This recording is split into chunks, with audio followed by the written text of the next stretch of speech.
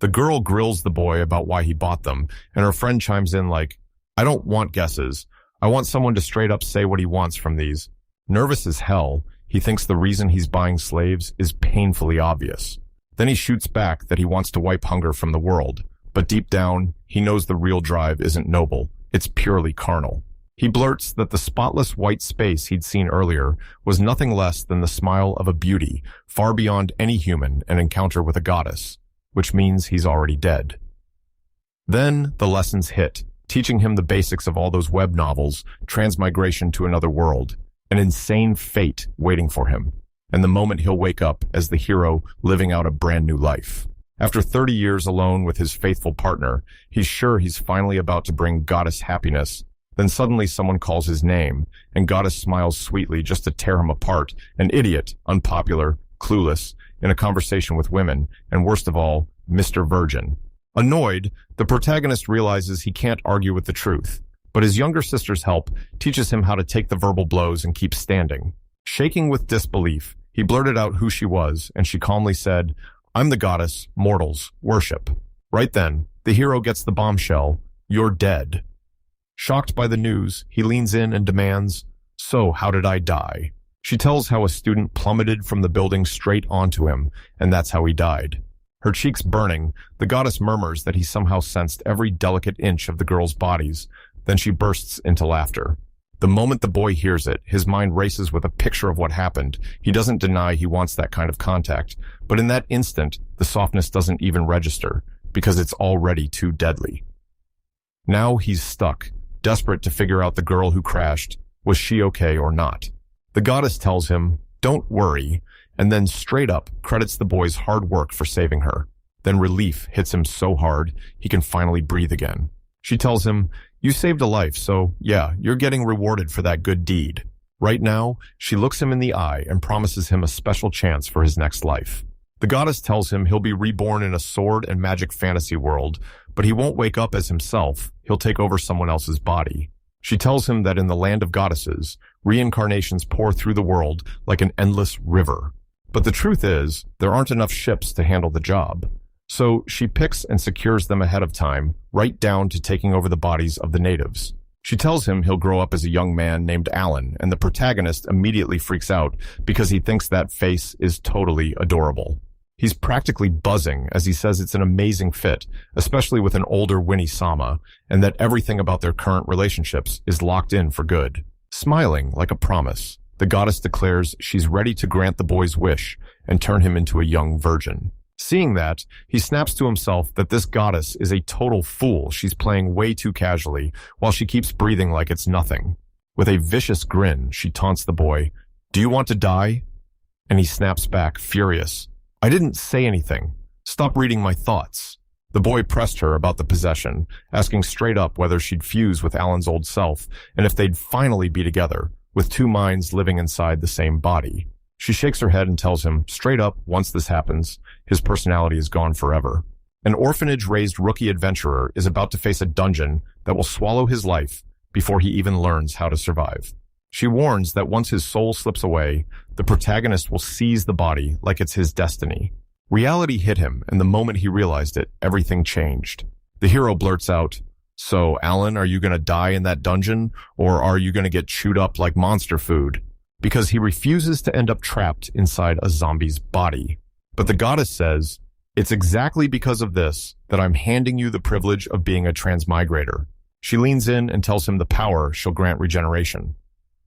The boy's eyes widen as he realizes she means that ability that helps you bounce back from injuries and body damage. She asks, do you get it now? And he grins, saying it's rigged to kick in the second the boy's soul takes over Alan's body. Right when Alan dies, the young hero's personality and soul get injected into him, and all the injuries that caused his death are stitched shut and healed. You're basically wondering if dodging death like this totally breaks the rules, because this SSS level trick feels straight up free. He gets so hyped up, picturing a life packed with wild, intimate nights with women until the goddess shuts him down, says that's the whole lesson, and asks if he has any last questions, with a warning that he'd better be ready. He starts asking himself if he should really back out when a glorious future is right there for the taking then. Out of nowhere, Everything around him erupts into light. He storms through the crowd and dares everyone to watch as he turns into the king of the harem. Now we're back in the present, like back to reality, and the protagonist is hit with the same thoughts they once had before. His name is Alan, once known as Hyorogari Doshin, and Ben swears that 3 whole years have gone by since he started living in this world of swords and magic. And he's this close to cracking a new record for virginity. Head bowed, tears spilling, he can't tell if this is a sick joke or a nightmare, and somewhere along the way, those insane miscalculations made it all worse. The first thing to know is this wiping out monsters is brutally hard, and most of the time, they don't even get beaten. And the second reason, when he levels up, it still won't let him wear magic. The chance to do something truly amazing crushes him with pain, but at least he's got one real edge, his regeneration power, fast to activate and easy on mana. And the third miscalculation, pain receptors can't be shut off no matter what you try. Nobody would ever want a body like that. This failure would leave him stranded, totally alone. Because the fourth mistake is the missing info from the group. Just know this, his only way out is to keep regeneration from being seen in front of everyone. Because the real issue isn't that he can't use it. It's power handed down by a goddess healing you from the inside, turning wounds around like miracles, and the church swears it's the real deal. The fifth error is believing the church truly holds all the power, because once an organization amasses wealth, influence, and pure greed, it doesn't just whisper politics, it can rip control right out of the empire's hands. And just like that, giving up never crosses his mind, because none of this would break him the way it would crush anyone else without his vision. After trekking for what felt like forever, he finally burst through to his destination, right where the slave merchant does his dirty work. He says that when he's forced to go from 85, it sparks a brilliant idea. What if he can't find companions because he doesn't live his life at his own pace? Just know this owning a slave means you can bark out any order, even something improper, and still keep it under wraps by letting that control lock his brain and guard his regeneration like a hidden secret. He's convinced this scheme can't fail, and that's exactly how his time in another world kicks off. As soon as he stepped inside, right there, the man leans in and gives the boy a brilliant suggestion. And he leans in, asking what kind of slave he wants. He fires back to show every single auction. After laying it all out, the merchant leans in and says, "This is the last one," then quizzes the kid if anything caught his eye, only for the boy to panic, thinking, this has to be way too expensive. But then he decides to flex his brains and launch straight into an all-out offense. Later on, he leans in and fires off a question to the merchant, "Are there any more?" And it throws him into total shock. He stops mid-thought, realizes he'd been bluffing, and can't help wondering if it actually worked. Then he goes quiet, calls it worrying, and demands they show him everything. The merchant beckons the boy inside. And the protagonist can't stand the place, so he's like, "Ugh, is the merchant actually keeping people trapped in here?" Suddenly, he spots 2 girls trapped and battered with injuries everywhere. They stare at the boy with cold, lifeless eyes, and it hits him like a punch, pure fear, pure shock, and he can't even move. With a curious spark, he asks who they are, then blurts back, "The ones with my ears are ancient elves, a superior kind, and the other, an old dwarf." He leans in like it's secret history. Both species are rare as hell. Then the man says they'd normally make those classes slaves, and right then, the boy cuts in and blurts, "So how much is it?" He says he's taking these 2 with him. The merchant keeps staring at you, wondering if you've really got the nerve to do it, but then changes his mind and sells them because they're no longer useful, and they've been sitting there for ages. Later, after a while. Later, the boy yanks a cart and drags it forward. He pressed his heart into a grin and dragged the 2 slaves he just bought into it. He slams the brakes, asks what they thought, and rushes out an apology. He admits they've been getting crushed for so long, and then he clicks on his regeneration ability. He finally realizes he's about to prove what this power is really worth. He healed the deep cuts in his hands and even the pain in his eyes. So they got rebuilt and snapped back to how they were born, watching it happen. The boy froze in shock, while one of the girls blurted out that it couldn't be true, because their bodies and eyes were finally normal again. Her colleague stares at her hand, stunned. How on earth did it heal when it was cut just moments ago? Seeing all that, the protagonist's nerves spike, so he forces himself to pause, hold still, and think it through. He's baffled, like, who are these girls? And the worst part is, you really wanted beautiful slaves, but you definitely didn't expect them to be this stunning. Right then, one of them suddenly shouted his name and demanded to know who he was. Right after Bling asks, he shoots back, "I'm Alan." And the second the words leave his mouth, he spectacularly bites straight through his own tongue. He forces himself to stay calm, calling it an unexpected blessing, and then he grins, because his harem in another world is actually real. This time, he busted out his cheat power and brought back the slaves he'd bought, turning out to be 2 gorgeous girls. So if you finally follow through on the promise, he swore to himself the moment he got reincarnated into this world. Staring at the flower, he can't help wondering if this is what you're supposed to think when you see something like this. After buying the 2 burls, he drained his final savings down to the very last coin. So yeah, he had 0 money for an inn, and now he's shoved to live nearly out in the open, deep in a mountain monastery. The goddess suddenly appears, and with one sharp look, she snaps that poor planning is a disaster waiting to happen. Then the hero shoots back, just because she's a goddess doesn't mean she gets to invade people's inner thoughts. Either way, he's forced to face the fact that life just threw him curveballs he never saw coming. Now imagine hearing those words from the 2 girls, healthy again, who fought back, restored everything, and saved the day. So yeah, no matter what, he's still out there updating his record for staying a virgin. One of the slaves is Sylphie, an ancient elf, and the other is Noel, an old dwarf, 2 super rare races in this world, and somehow they're both chained up. World, sure, we've got scraps like how they're marked by names, what species they are, and how rare each one is. But beyond that, everything else about them is a total mystery. He stares at the letter and his nerves explode. He's trying so hard, but he can't read or write a single word in this world's script. And he's terrified that the assessment scroll is packed with crucial info he's missing. Suddenly, one of the girls blurts out, "So, what are you doing now?" Turns out it's actually Elf Sylphie, who leaves him totally, painfully embarrassed. With nerves jacked to the max, he blurts out that he wanted to grow yams. Then he leans in and asks if she's into that kind of food. Curious as hell, she blurted, "So you're really about to grow those things?" Then his mind screams, there's no way she won't chow down on the yams this virgin godfather grew. She blinks. Then I switch the topic and ask if she's taking a walk, and that totally throws her. In his head, he tells himself he can't let them freeze outside or go hungry until those yams are finally ready to be harvested and eaten. So he throws together some kind of picnic and meal, thinking, give them a taste of meat and they'll be perfect, ready to cling and hug all day. He hands Noel some food and tells him it's unbelievably tasty. The girl doesn't even hesitate. She shoots him a quick thank you. Then he realizes the 2 are still way too cautious for their own good. Later, when he's finally alone, he starts grumbling that in this mess he can't invite them to get physical. Then it hits him. This second demands action, and he has to get to work. So he grabs the 2 of them and says, I'm heading to the city, stay right here and wait for me. When he came back, he asked if they wanted anything special to eat, but both of them waved it off and said they didn't want anything in particular. As he strides off, it hits him he doesn't even know what they like to eat, and his whole idea to lure them with food has gone up in smoke. Sulph's stunned, because he really did leave them and he left the 2 slaves alone.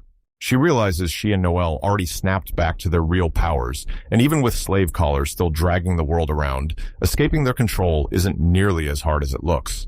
She can't stop wondering, is he seeing whether they'll stay loyal under pressure? And he's left completely lost, like he can't even tell what's happening to him. She already snapped back to her true powers, just like her ancient grandfather, and you'd think she'd have read that assessment scroll because her advanced tree magic can help her grow plants and cultivate life. With this power, she can force them to burst into life, sprout, and bear fruit on the spot, so right now, all he has to do is give the order, and he won't have to handle everything alone.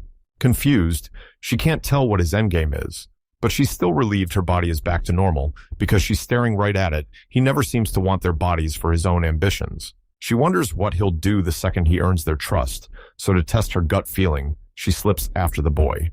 She leans toward the window and asks if this is a clinic, then spots him working to heal a girl, and her voice drops as she wonders why he isn't using restoration.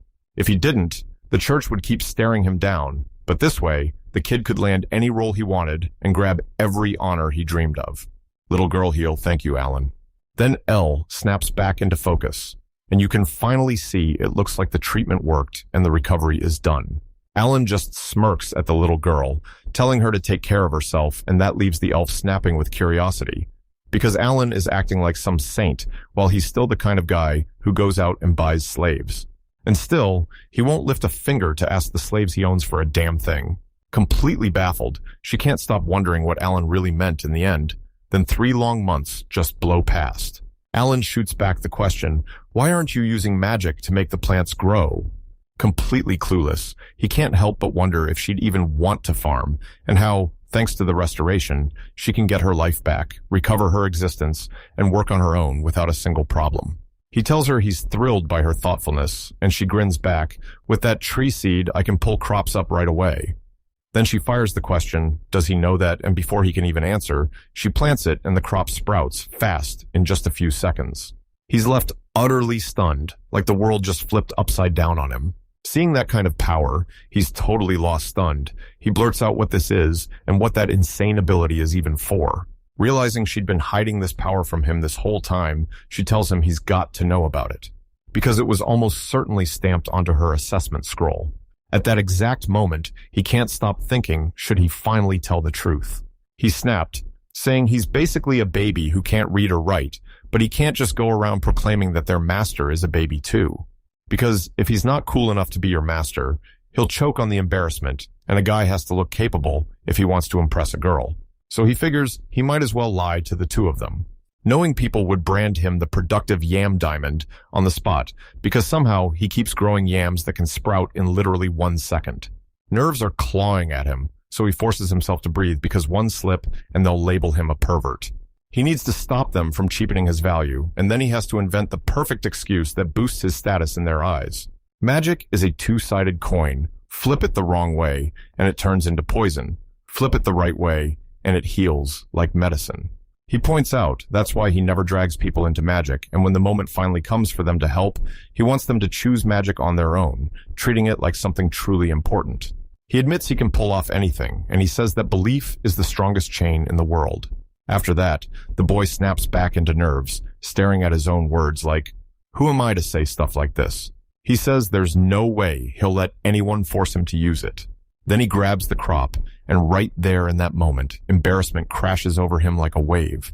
From Saul's view, the elf seems totally clueless, like it has no idea what's going on, and it just stays silent. She knows that no matter how he masks his acts and keeps pretending to be a good person, his eyes will still spill the truth. She clocks the shift in his face like a raw, bleeding wound opened in his chest, and when he speaks, it's clear he's trying to talk himself into a truth that doesn't exist. She's sure it's not a lie because he's been through the exact same thing. Back when he got lost in all that power hunting, he convinced himself he could pull off anything he wanted. Then it all flips. Something smashes his old mindset, and now he's crouching in fear, hiding from his own power. The girl realizes that flashing this magic just to fool people has left her trembling with shame. Right now, she snaps Manuel's attention and pulls it straight to her. She leans in and asks, "Can I have 1 minute?" Because she's itching to spill her plans for the future. When Alan finally made it home, he froze in total shock and his basket slipped right out of his hands. He catches on that multiple things are already planted, and his mind starts racing, what in the world is this? He realizes this is a total annoyance. He's not even the reincarnated one, and yet some trashy ability is drowning him out. Then he spots the hero and hears the good-hearted elf tell him she's happy to welcome him, and next, the boy blurts out, "So why did you use magic?" With that sweet innocence, she asked, "Did I move too fast?" and made it clear if she used it at all, it was because she chose it herself. The boy remembers those were her words from yesterday, and now he can't stop wondering, did she just try to call him out? He's convinced this is his perfect master plan, using everything he knows from the modern world to become untouchable while the elf just scoffs and says he never even taps his real power, and he's only trying to force her to live on yams. The boy then slides into the comments and thanks her, telling her she never has to push herself into anything. He's convinced this is his time to steal the spotlight and go nuclear. But then his face snaps into focus, he grins and says he's got one more thing to show you. Sometime later, he decides to invent concrete this world doesn't have yet, builds rock-solid structures with it, and thinks that could seriously upgrade everyone's lives, because if it works, it's proof he chose the right path. Then nobody's going to question what he's doing. People are saying she's sniffing out what he's doing and urging you to let her get in on the action. The boy's blown away by how warm she is on their first real exchange, so he shrugs and tells her it's totally fine. Then she leans in and asks what he wants to do next. He blurts out that he wants to build a brand new concrete house, and when the girl steps closer, she immediately fires back, "What even is concrete?" He answers that he hardened the cement with water, sand, and gravel. Then she cuts him off like, "Wait, I don't even know what cement is." So the boy patiently breaks it down for her what cement is, then Noel leans in and fires back, "What's next?" And the protagonist grins and says, "Don't worry, I'll teach you." After what feels like forever, he finally gets through to her, now she's learned it. Then Noel snaps at her to sit down and just watch. Out of nowhere, she triggers a crazy extraction magic that rips everything apart with unstoppable power. The hero stares in disbelief. She just gathered the raw materials in the blink of an eye. And if he's not careful, everything he's done gets completely buried under the noise. He suddenly clocks the wild truth she's got cheat powers too, and even that elf is rolling with cheats of their own. As despair crushed him, the cement was already finished and waiting. Then hear her say she needs the elf's help right here. He realizes that lately, the two have been talking more and more nonstop. Noelle leans in and tells her friend, "This guy knows nothing about economics. Forget his useless pay. Let's handle it ourselves." Later in town, the hero pauses and wonders, "What am I even supposed to do here?" Nope. Turns out it's the manufacturing master who ends up taking over. Master, as Sylphie steps up and takes over as the new plant master. Watching them unfold, he can't stop asking why everything spiraled into this. He was supposed to be reincarnated with a cheat power to become ridiculously strong and charm girls left and right, yet right now, Alan doesn't have the foggiest clue about one crucial thing. The second he buys them, fate starts worshipping him because this demon king thing, it'll hit terrifyingly fast, and soon the future brands him a threat the hero can't ignore, blasting him into a life of constant shocks and wild ups and downs. No couldn't stop herself. Alan's words hooked her, and her dwarf instincts started screaming in her bones. This was the first time she'd ever been hit with something like this. And when he followed the protagonist's plan to the letter, everything paid off. Results hit fast, and it was straight up amazing. She realizes Alan isn't some random nobody, he's got real weight behind him, and she knows it. And instead of acting all full of himself with what he knows, this kid's got something special. Everything about him is just great. She can't stop smiling, because everything you taught her lit up her whole world. Not only that, Solf also said it felt like Alan had earned both of their trust. Noah jumps in too, fully agreeing that they can go for it. She finally gets it. She's going to carry Alan's weight on her own shoulders, no matter what comes next. Later on, the protagonist jolts awake, gets up, and spots two more monasteries staring back at him. Then his mind instantly races, what in the world is this supposed to mean? Right then, Noel bursts onto the scene and jolts him out of nowhere. She tells him she's getting 3 for each one, and the second he watches her reaction, the boy finally understands exactly what she's doing. This twist left us totally stunned, like nothing could have prepared us for the difference. When Anastasia came marching up, he grinned and said she was right there, so close, so cute, and straight up looking like a doll. Right now, the girl looks them in the eye and says she busted her tail for all 3 of them. With a sweet little pout, she asked him right there to praise her gently. Out of nowhere, the elf leans in and grills Alan why won't he compliment her sideways instead. Suddenly, the protagonist's mind starts racing, and reflection hits like a wave, and admits he finally gets it. Those two had been teaming up to take him down. Stoffi says this talk show is basically an open invitation set up for a conversation between 2 beautiful slaves. She claims Alan's broke, claims he's got no real talent, and says he's only ever useful for exploration. Then her friend chimes in like, he's not exactly a fully competent person either. Noah admits that, yeah, besides all of that, he's a filthy otaku and somehow even skinny on top of it. Then Sylphie just drops the bomb, "You're a total virgin." Sharing the same building with him is downright dangerous, so she'll be thrilled to have her own separate place because once she starts, she's going to build other houses fast, just like everyone keeps saying. The elf thanks her in the comments, saying that if her friend sets up a spot for this pig too, he'll never grumble. Then Noah jumps in, telling everyone they should be grateful for both kinds of goodness, but that whole thing is the protagonist's imagination. So Sylphie freezes and blurts, "Wait, what's going on?" Now, with nerves on full blast, he realizes he's already gone too far to back out, because in their eyes, he's perfectly positioned to shoot Noelle a well-timed compliment. Right then, she locks eyes, convinced she's finally got the green light to have her head petted. Since they had to hurry here, she demanded everyone look normal, no pervert vibes. He gently strokes her head and blurts out his thanks, like it's the only thing he can say. With that gratitude in her hands and that sweet head pat, the girl goes quiet, then breaks into a warm smile.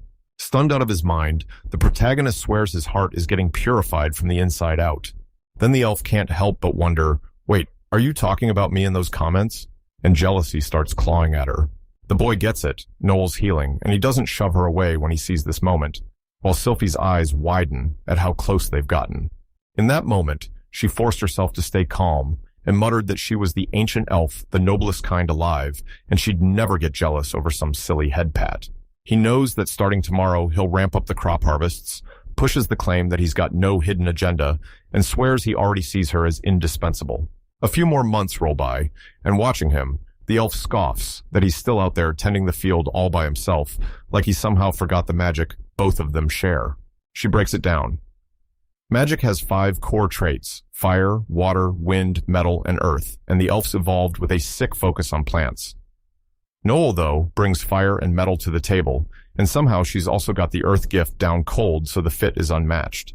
It's stretched its reach over both food and housing.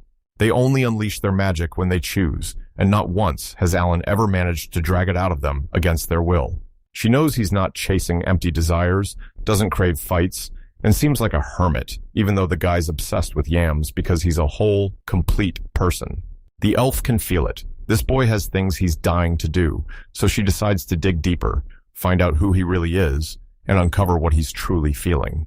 Wondering if he's really not alone, if it's not that simple, and whether he even needs to go out of his way to pick rare species. Walking up to Alan, she demands he tell her straight, then presses him on why he bought them both, right to his face, asking what his real plan really is.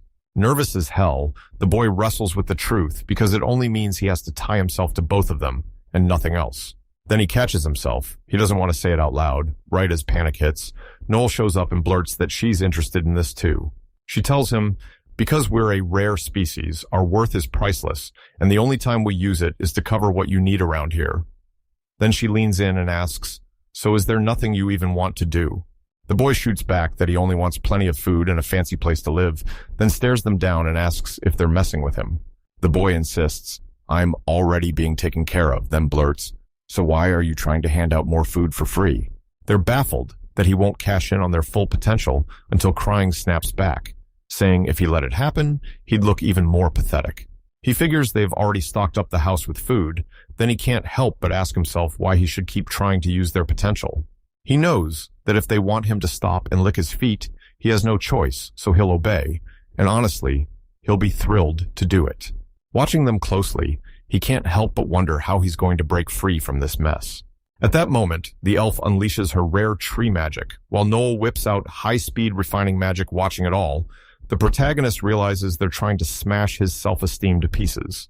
The protagonist finally clicks if that's what they're aiming for. He'll do exactly what they asked. So hear me out. Take this seriously and talk to him straight, because he wants to sit down and do exactly what he says, with full honesty and no games. In his head, he admits what he really craves. Then he snaps back that he's ready to fight to free the world from hunger. That spark hits, and the next beat has both of them staring, shocked, and blushing like crazy. In his battered, troubled mind, the hero's sincere version snapped. This answer had him completely fed up. He can't stop asking himself if he's really just running from the truth, calling himself a coward, because if he weren't the oldest son, he swears he would have crumbled right there, drowned in self-hatred. So he starts replaying the protagonist's message about freeing the world from hunger. And yeah, when you really start digging into everything he's done, it clicks fast. This is an ideal worthy of a god. She realizes the Yamis are guarding a treasure that's an unstoppable crop, one that can be planted in dead wastelands and saved countless people from hunger. And she can't help wondering if the cloudy look that crosses his face sometimes is really his way of chasing that far-off ideal he once locked onto. After that shocking answer, they both snap their heads toward each other, stunned. They can feel it deep down in their master's heart, burns a dream so wild and massive. It's way beyond anything they ever dared to hope for. Everyone's convinced she still doesn't fully trust him until she strolls up to the boy with a bright smile, claiming she wants to stick by his side to see the world he dreams of, and saying that if that's his goal, then they've got to cultivate the land. And the moment he sees it, the boy's brain goes blank. He's confused as hell, but he nods anyway. Right now, he only realizes the guy's laying down pure nonsense, yet that heroic story from another world is finally starting to move. In this world, there are only two kinds of people, losers and winners leaders, and the ones who follow. Alongside the exploiters and the exploited, people start trading right there in school when someone blurts out, "Swap green peas for my crab." The protagonist grins and says that's his favorite. Then the girl snaps back that this kind of trade is straight up unfair. She's beaming, and she tells him, "Don't worry, I'm still growing."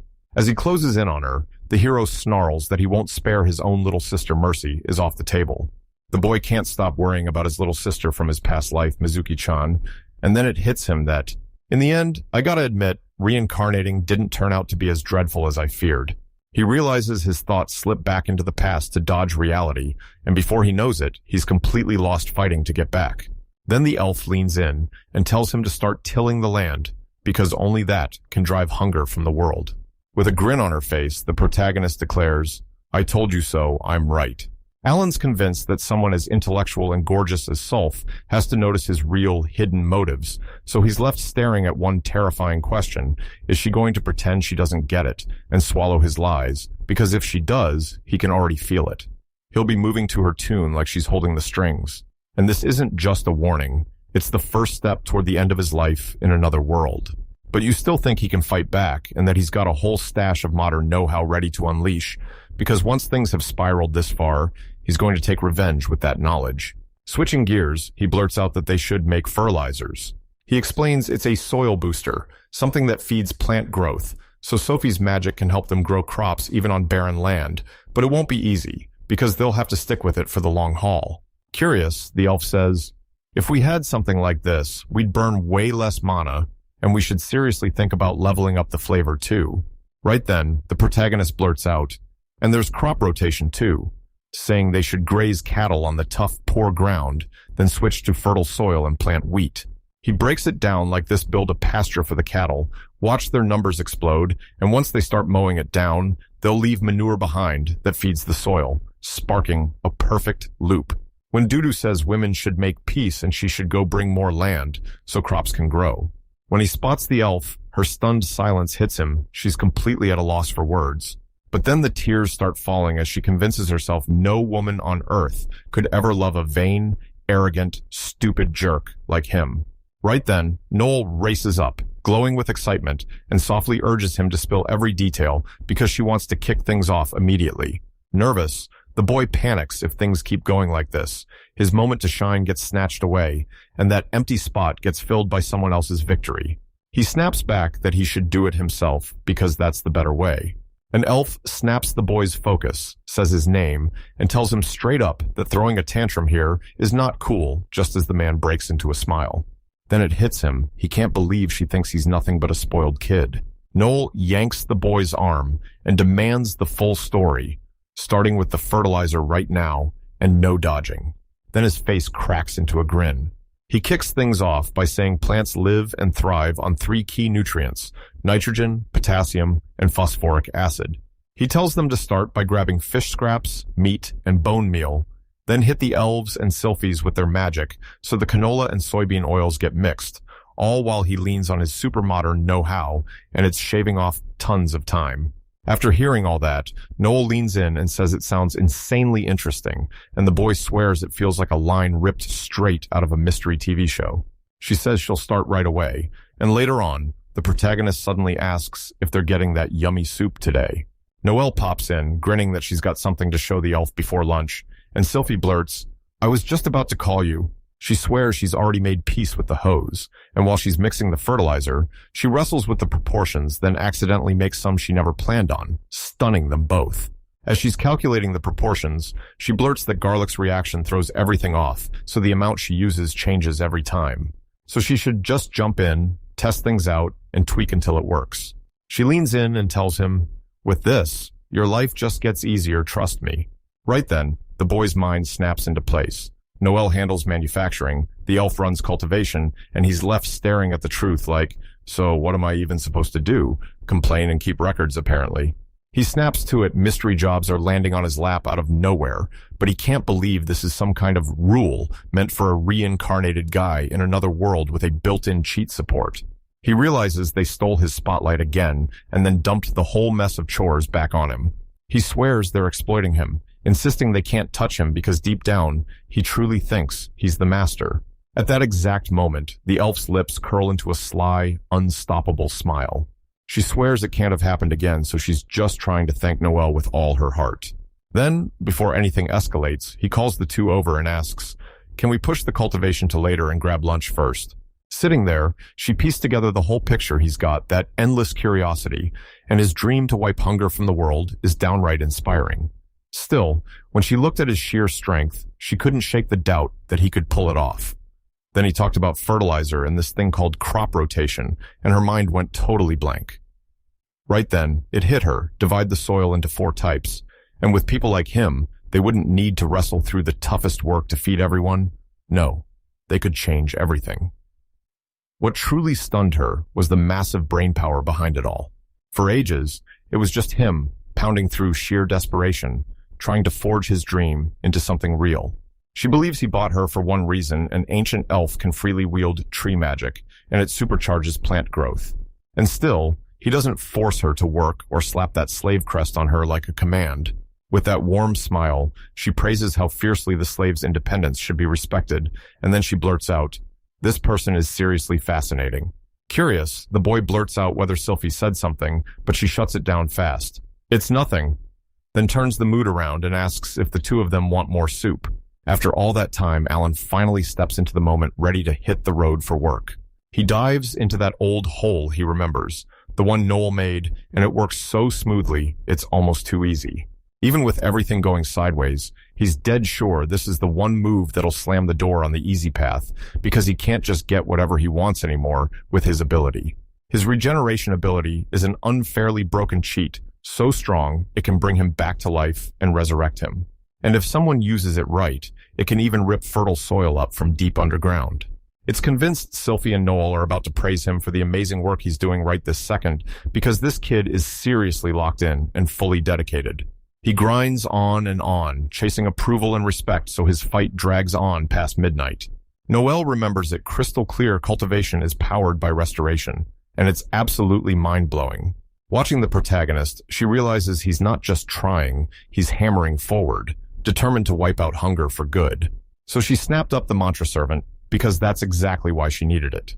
And honestly, it's wild how much he trusts those two no doubts, no hesitation, because it would be so tempting to use them for selfish gain, and she can't stop wondering if he really believes they won't turn on him.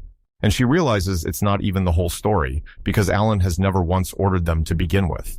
She finally gets it. He doesn't just want companionship, he wants to stride beside them all the way into that far-off future, and when his dream clicks, the lessons they gain are proof that he truly trusts them both, too, because he's always there, steady and responsible, clocking every need they have. Right here, Noel swears on the ancient dwarves' names that she'll stand by him no matter what. She glances sideways and realizes her elf probably feels the same. Then the elf leans in and says, "Alan is just mind-blowing." Noel nods and says, "Yeah, I'm with you, I've got to go all out," while Self grins back, saying she feels the same way, because Alan clearly wants them to act on their own will, doing everything they possibly can. So right then, to make his ideals real, those two slaves vow to follow through. Suddenly, the goddess barges in, calls what she's been doing pathetic and laughable, and the boy snaps back, asking if she'd mind stopping her constant pop-ins. Shifting the conversation, he leaned in and asked the woman if every goddess was just like her.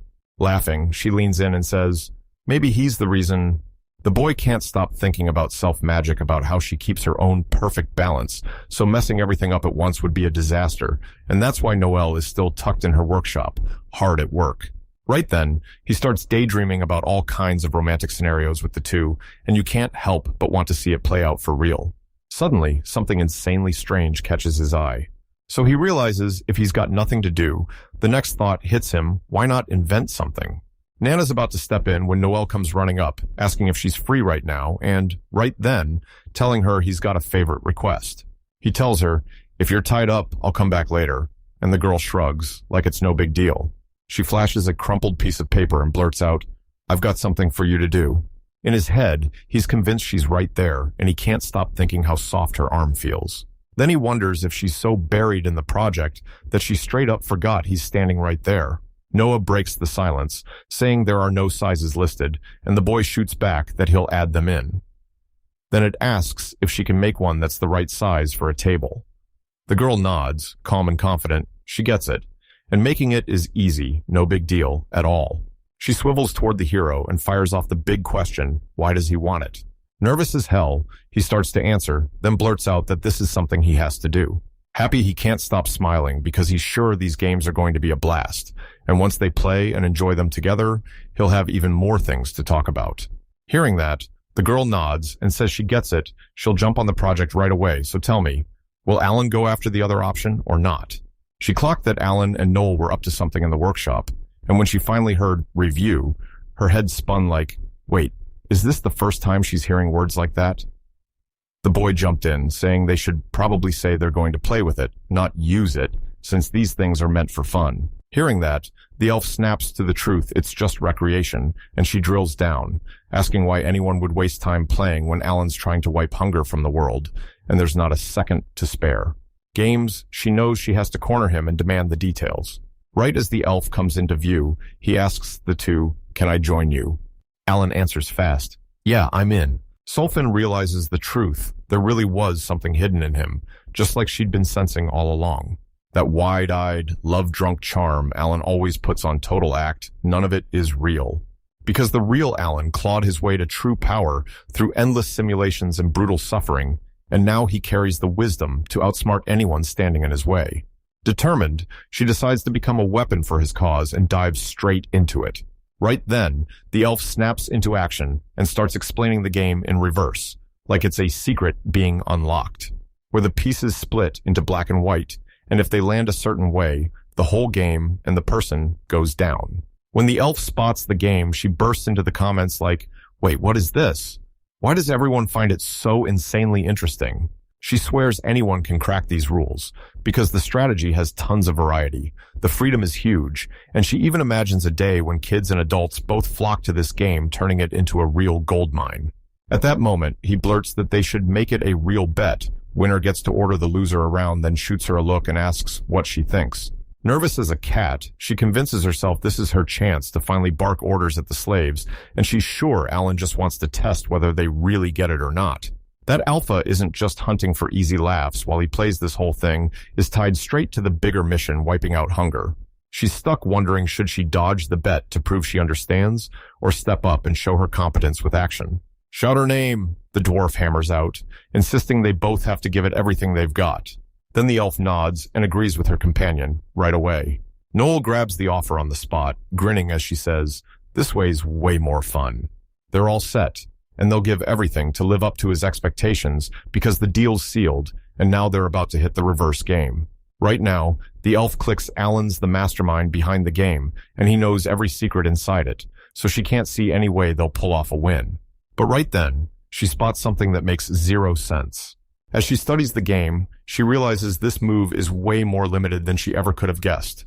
And that's the kicker, every move has to land in the exact same order, in sequence. So it gets way harder to pull off because, yeah, you can practically see him digging his own grave with how uncomfortable this is going to get. Tears streaming down his face, the protagonist admits straight up that he lost. Stunned, the elf blurts out whether this disaster was actually the defeat he'd planned for from the start. Right from the start, Alan never even aimed for victory, and now she realizes these matches are just excuses to feed the master orders. All these goldmine game creations got shut down because the current financial situation won't let anyone crank out simple games anymore. She finally gets it. This all boils down to one mission raising money for his cause, and the next order you need to follow is right here. Later on, they swear it's a total win, because his promise is what finally hands down the order. She drops selfie comments like, "Tell him to register with the Merchant Guild," and Noelle fires back, "I want the property rights to this creation game." The two wonder if this is exactly the answer the protagonist was hoping for. Relieved, Galt bursts with joy because you already knew they'd fight to break free from slavery. He figured rookies like them wouldn't stand a chance against him after all. He'd been in this game long enough to know better.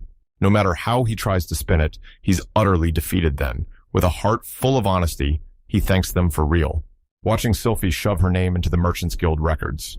With all that guilt eating at him, Galt is still smiling, completely happy. And just like that, he watches Noel step up and start registering at the Alchemist's Guild.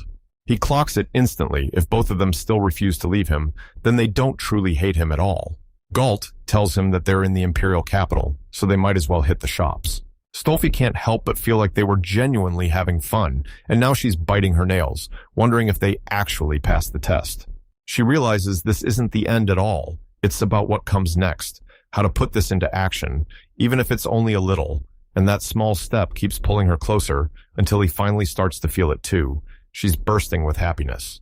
2 weeks flew by after Sylphie and Noel had their hopes officially logged at the guild. Meanwhile, Alan can't get enough of sugar. He's completely hooked. Sylphie's about to start, and wait for it, she's playing with no rook, no bishop, no silver general, no knights, and not even a lance. So they all have to agree on the easiest skill level, no time limit, and a rule where you can move and then even bring a piece back after you've played it. Sophie swears it's the perfect warm-up for her mind, like a spark before the real action. And he always hammers it into you that you're weak. She explains it helped her blow off steam, thanks him, and then the boy, sobbing, blurts out that he never once took her seriously. Noel barrels in and cuts them off, announcing they're out of here soon. Then she tells the protagonist they're heading back to the capital again today, and they'll be back before dinner. The boys' lady waved them goodbye, cheering them on, and wishing them a smooth, safe trip ahead. As they leave, he collapses onto the bed, staring up at the ceiling like he can still pull off his plans armed with that modern knowledge. He's decided to plunge straight into a carnal hookup, and he's already cooking up his plans, spiking their drinks with alcohol, counting on a burning need and a fading grip on reason to take over, or just abandoning it all and going with the flow. Suddenly, the goddess shows up and demands, "Are you alone again?" And the boy fires back, telling her to stay out of his fantasies. He tells them the two headed straight for the capital, and when the goddess hears it, she snaps back like, "Yeah, this has been happening a lot lately."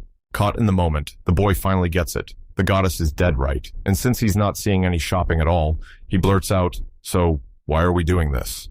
Then the woman snaps that they're basically ditching their master, because after all, they lost love and started working miles away from home.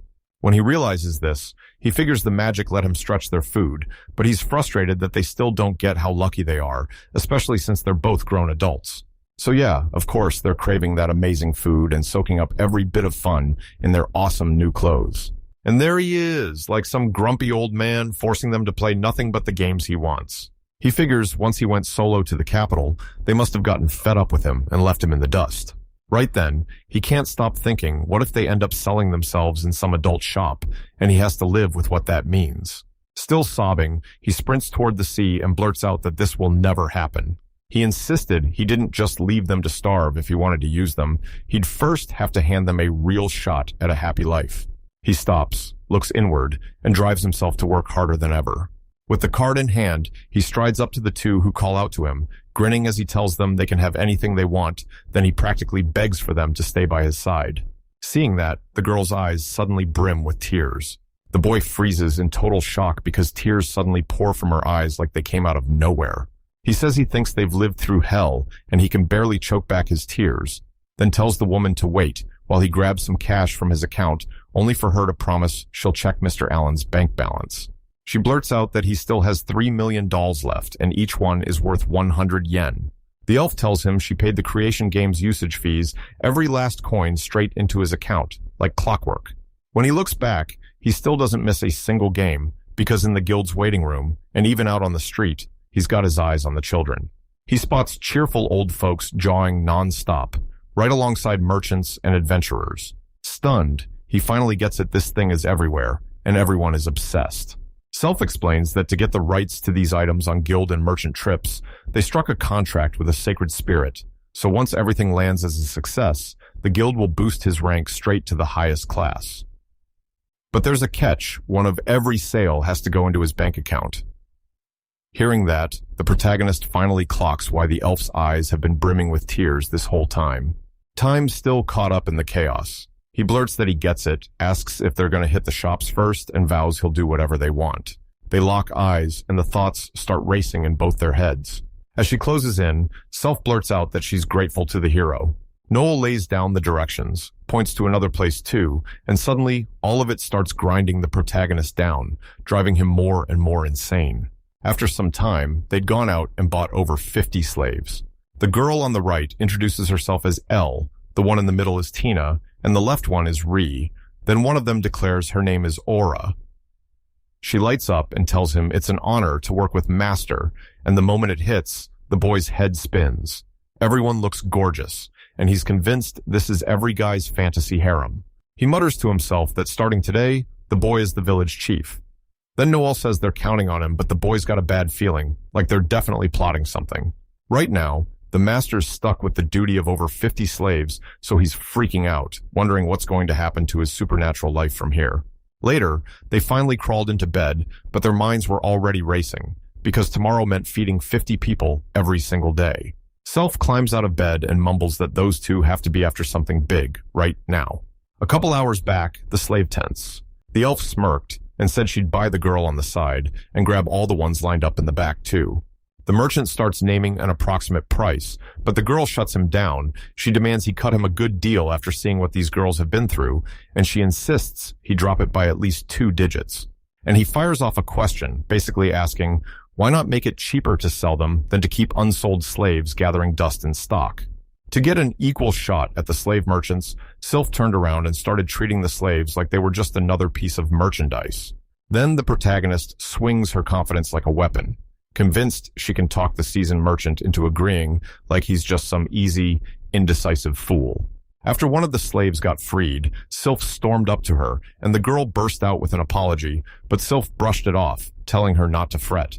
The poor hero just stood there, staring like, this is exactly what I admire about her. Crying is sure he's about to crush a ton today. But the thought that the elf's powers are too massive to absorb makes his nerves go haywire. He knows if someone reincarnated doesn't calm down, they'll meet death for real once and for all. Meanwhile, Noel can't stop thinking this girl's power is about to explode any second. She kicks things off by flat out saying this girl's alchemy is on a whole other high-level tier. Perfect accuracy earned the hard way through ruthless training. There's no way to find out what someone can do until they're brought in. Back in the present, the protagonist is sprawled in bed, panicking at how fast everything is rushing, and he knows he has to snap up a plan for what's coming next. Meanwhile, the elf convinces herself she's finally found the right way, and that Alan takes even better care of her then. Out of nowhere, tears spill into her eyes before she even notices. She was terrified she'd end up a letdown, and after all those entertainment hits, they somehow only pulled off this. That boy keeps ruining the games every single day, letting her win on purpose and acting all childish, like the defeat itself is too big to handle. He flashes a smile, and she swears he couldn't possibly be that clueless, and you were definitely ready to march straight into those merchants. Blushing, she can't help thinking he's oddly sweet about it, so she shuts her mouth and keeps it secret after all. Like every slave, she was supposed to be drained and used past her breaking point. But Alan wrapped her up with warmth, and you can tell it'll melt them all because Alan isn't buying people just to erase hunger. So the protagonist steps in, and as the elf closes in, she asks Alan for permission to pass. Then the boy blurts that she's freaking out and should just find a comfy spot to sit right there. But she insists she's totally fine the way she is, and her companion nods like, yep, same here. The boy can't stop wondering if she's avoiding staying in a room with a man for long. He can't shake the feeling that his wins are getting snatched away, while the guy just keeps praising them like it's all his credit. But if people are going to take him seriously, he wants his moment, so he uses it to restate his stance, then tells them, loud and proud, that he's proud of them. The elf boasts that he's been raking in serious cash. And yeah, she agrees. Then her companion snaps back that he should use that money to feed the slaves. She snaps that this isn't where he should get praised, and her companion immediately nods along. Seeing that, the protagonist can't help but wonder, was that a sarcastic jab? He can't stop wondering, does she actually feel a little joy hitting 3 million coins? And does she even realize what the workers at her own clinic make? Swapping the focus like flipping the whole scene in one breath. The boy refuses, then blurts out that he wants information about the Room of Futures. and he demands to know if she's really okay with it. The goddess chimes in that the room smells awful, and the boy's mind immediately races. Why is he so nervous? Then he says they've got to turn the price of buying the slaves into a personal debt for every single year, and the moment each one pays it off, they're finally freed. So they needed to push agriculture and trade, hard-turned people into steady workers who would grow goods, sell them, and keep the money flowing. They'll cash in on this to cover wages, and every year, that debt gets paid down. After laying it all out, he turns to them and demands, "So what do you think?" And his mind lights up, because this way he can finally break free from the chains of having to keep everything as slaves. Yeah, it's the perfect solution. He thinks this kind of entrepreneurial responsibility to keep the employee's lively event going is only the start. And just then, one of the girls calls out, "Hold on, wait a moment." The elf pushes him, asking if he truly plans to sell everything at the original price, and then presses, "Tell me what you think a fair price would be, honestly." Her companion jumps in too, warning that he'd better rethink the whole idea. But he still can't wrap his head around it because the whole point is clear: grab the talent needed to wipe out hunger. With trembling hearts, the group finally realizes they've just taken a brutal hit. So yeah, he still lays it out. He doesn't want to use slaves just to use them. He wants to dodge that whole life. And at the end of the day, he's craving someone to stand beside him. And if any slave somehow scrapes together the money to wipe out their debt, that's all he needs. Noel and the others fire up alchemy to forge farming tools and fertilizers, using the elves' natural bond with the world so the land drinks it in, and the wheat and soybeans explode in productivity. He keeps ringing the bell and reveals the secret truth. The real ingredient is the kitchen 3 pillars, new products, and they'll go straight to the Merchant Guild to chase funding. After hearing it all, the two are left stunned, so stunned they can't even get a word out. Mary Nervous sits there staring at it like, did this really work, and what does it even look like? The elf shoots back that she thought she'd finally gotten used to him, but the truth is, he still somehow manages to floor her. She says, then fine if that's how it is, to prove she can do it her own way too. Noelle surprisingly shrugs off the crushing answer and says she's fully on Sophie's side. The boy finally realizes that chasing a carnal relationship means signing up for a brutal, never-ending road. After she leaves, the elf spirals, convinced she just ruined everything. She couldn't read Alan's thoughts. As her leader, he was so confused that her mind couldn't respond the way it should. And she finally realizes she's been kissing up to the very person she owes everything to. Tears spill down her face as she's convinced she completely crushed his hopes. She can't shake the thought, wouldn't it be perfect to own a slave who can talk and actually make their feelings heard? Right then, Noel comes striding up and shouts, and Sophie admits she loves his personality, though she bets he can't stand slavery, and adds that it totally makes sense, since he's driven to end hunger. Noelle realizes she's fully on board saving the girls and using restoration, no backing out. And the curls they bought are just like the ones from before. Only now the same kind of body problems come with them, and their future gets ripped away too. She explains that what he did isn't for praise or payment at all, just pure kindness, no strings attached. The elf challenges him to dream bigger, and right away Noel explains that the girls they've bought are just as lost about what's going on. With a heavy sigh, the girl admits it's true they still have to sit them down and explain everything about this mess. And soon everyone will finally see Alan's kindness, generosity, and sharp mind for what they are, because this mind knows one thing: if he isn't watched, he'll get swept up by the girls without even realizing it. Confused, Noel snaps into action and calls out for her friend Sylphie, only for Sylphie to wave it off and promise, "We'll sort this out with the others." After a bit, the elf girl finally spills the whole truth about the salary mess and exactly how it's going to play out for the slaves. One of the girls blurts out that these conditions are perfect for them, then shoots a quick question: why not go bother the boss again? Seeing her reaction, the elf realizes, yeah, it's normal for her to think that after everything that happened, especially with restoration involved, so she can't even wrap her head around a master like that smiling instead of raging. The elf apologizes, saying, "This is Alan, you should get used to him fast." Then another woman shoots her hand up and calls the elf over, asking if she can call her Sylphie, and the elf says, yes. As it clicks, the woman straight up asks, does serving Master Alan mean she has to offer her body, and is that exactly what she's implying? He replied to the question and said, yep, those selfie comments, that's exactly what it was. She's convinced of it, so yeah, that growing unease makes perfect sense. Elves are treated like the ultimate symbol of beauty among rare species. And no, there's no denying they're proud of it. even if that pride isn't some open invitation for any stranger who wanders in. And if people are calling that lack of attraction in the shield something else entirely, then yeah, that's terrifying for an elf, because they've already been shoved into that kind of situation, and it can shake other races too. And yeah, it's totally normal for an elf to wrestle with doubts and tangled feelings, so when another slave pipes up and asks if she has zero interest in women, the elf fires back, "No, I don't think that's true." And sometimes she catches the protagonist staring at her body, and in that moment she realizes that's exactly how the feeling makes its way right across her legs. She admits that some of it is just too unbelievable to swallow. But Alan isn't the kind of person who hurts others for no reason. She curses, swearing as an ancestral elf, and then quiet but dead serious, she urges everyone to face the truth: they've been deceived. Hearing that, the other slave blurts out that, just by the way he looks, he seems like the kindest person around. Elfin leans in and asks Aura, "Are you okay, like really okay?" Laura smiles, nods like she's nailed it, and can't help but think Alan Samaya is seriously fascinating. Now that we've heard everyone's side, the story flips time to see Aura's truth. She slips into that new outfit and boom, she looks stunning, like it was made for her, and the whole world calls her a narcissist, because she's clearly obsessed with herself, and that's exactly why. After she got captured and endured unspeakable pain, her skin burned as her fate was stripped away. Then she was sold to some stranger as a slave for carnal pleasure, while humiliation crushed her every moment. They discovered a deadly flaw in her heart, the thing that runs the core of all magic, and in this world, that's all it takes to get chained into slavery, trapped in pure dread that she'll lose her beauty and her power until death is the only thing left. Death.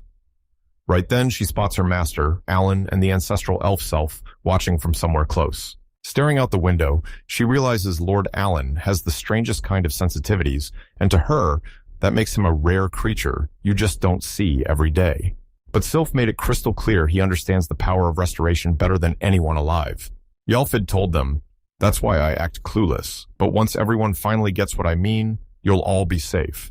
Watching the hero, she can't help but wonder if he's wildly foolish. And it all comes down to her powers being fully restored. Boom.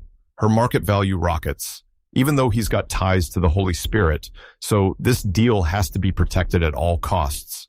She can't even figure out why it's happening, and if the Lord really wants to fix that flaw in her heart, then it wouldn't be hard for him to just take her body.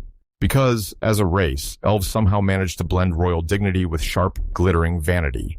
These women of the race toss aside any man who acts like everyone else, and if they ever set their sights on someone, it turns into pure, scorching passion. At that exact moment, she suddenly remembers the one crucial thing that happened back then, like her past just grabbed her by the throat. She still remembers the Lord's piercing gaze landing on the parts of her body that caught the eye the fastest. And just imagine how utterly enchanting Sylphie's divine expression must have been. And if this really is his scheme to make that elf girl fall, then Lord Alan isn't just trying, he's got the touch of a battle-tested veteran who's mastered the battlefield of love. Confident as ever, she knows she has to win this duel no matter what, and the very first step is the one she swore to earlier this morning. But the moment she arrived, she spotted the protagonist chatting like crazy with Sylphie, both of them clearly fired up. And in Aura's eyes, he was absolutely buzzing, grinning with pure joy as he watched it all unfold. She blurts, "Dear," in a flash, and the protagonist whips around, wondering if he actually heard it. Stunned, he can't stop thinking, did he somehow make her furious? He blurts out that he's staring at her with intense focus, and she's completely thrown off because she's showing up looking stunning in a brand new outfit, yet he stays glued to her, still lost in his own thoughts. Like Lord Alan doesn't even see it coming at all. She's right there, right in front of him, like she didn't just magically appear in his way. And no, she's certain this can't possibly be right. And right then, the hero pulls you in, either you invite him, or you flip the move and reverse with him. And yeah, the Curio knows this even after Sylph tricked him into becoming the village chief without a clue. He still keeps his self-respect intact, and it yanks him back to the time Aura called him dear, openly admitting she was just that wretch who kept pouring fuel on the fire. The boy blurts out, "Let's play the reverse one, since it's been way too long since they last had their hands on it." He tells himself he has nothing to fear, he's calm, he's the village chief, and if this were a company, he'd be the CEO, because if anyone messes up, there's no guarantee he won't end them. For now, he's forced to tread carefully, and right this second, He's grinding like crazy, just to steal even a quick look at Aura's legs. He reaches out, straight up, tells her he finally sees her power for what it is, and then makes it crystal clear whoever wins gets to command the loser. He finally gets it. If he takes this route, he can't help but stare at her curves, the exact temptation he's been fighting tooth and nail to dodge.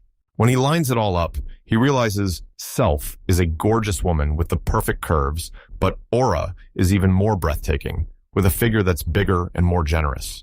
As he studies her aura, he realizes her charm hits like an idol's spotlight, but her actions are pure, curious noblewoman, like she's always sizing people up. Right when the hero's mind races to the finish line, the elf snaps out of it and shouts for Lord Allen. And right then, he decides to strike back and finally start the whole thing. She asks if her board is in her color, and before anyone can blink, boom, she's checkmating the hero on the spot. Then she turns around and asks, "So what happens when you get checkmated?" And the whole room just goes shaggy. She challenges Lord Allen, asking if toppling the Jenga tower is his way of admitting defeat. In Shioji, the boy finally gets it. He's been completely wiped out, and it's a total, absolute loss. He caught his attention and snapped that Aura was pushing too hard, insisting he didn't want his master to win at anything. While people were gushing about how charming he was, he bolted in shock, and right as he fled, the boys burst out, "Aura is super romantic." The wounded words he threw at her, "fight for real," now hit her as questions, because he's starting to wonder if he even meant for her to show mercy. And watching him broken like this makes her think of a little trapped creature.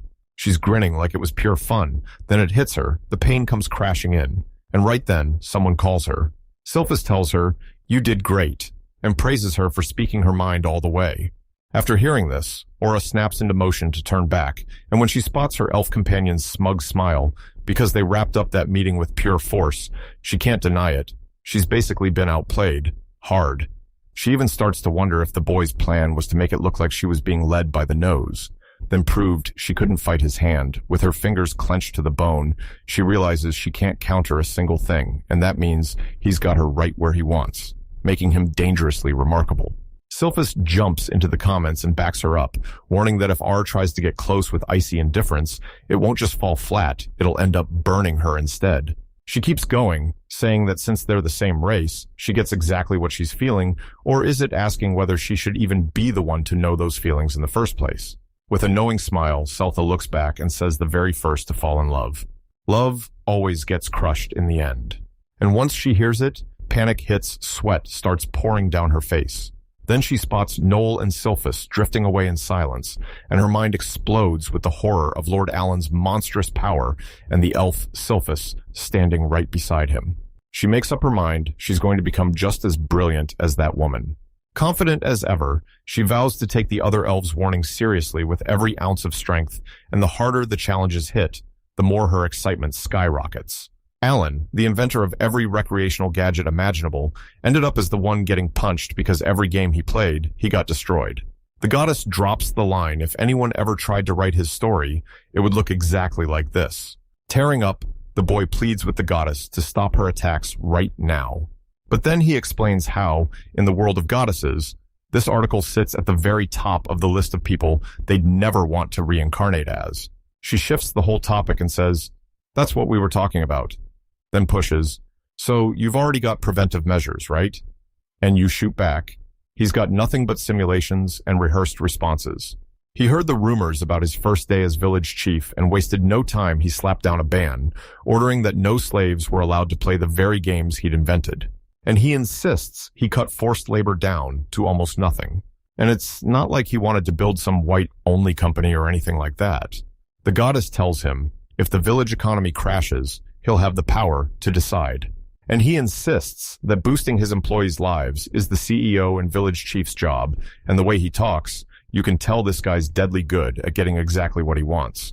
Once they lifted the ban he'd been stuck with, the torment didn't stop, it got worse, because Sylph Noel and Aura kept badgering him to let them play, over and over and over. He tries to force friendship to grow with every game, but somehow he still faceplants and loses 50 straight times. He keeps asking himself if he's actually hurt, just because they go and tell everyone, rallying the villagers to bring him along and invite him to play. Erupted into a full-blown showdown between the residents. The gap between the slaves and himself shrank bit by bit until it was gone. Because they're finally talking about the same thing, the slaves close in fast, and thanks to the strategy SILF taught them, it works like a charm. As an adult, he should genuinely thank them. Sure, he'd never get treated like a kid again right now. They're living a quiet, normal life. But even then, it's impossible to pretend nobody's unhappy. With a sharp, reflective look, he remembers Sylphie's magic, an endless formation of trees, and realizes wind magic can level up into something even bigger tree magic. Basically, the wind loved every elf and handed down its blessing, letting them command all plants with total freedom.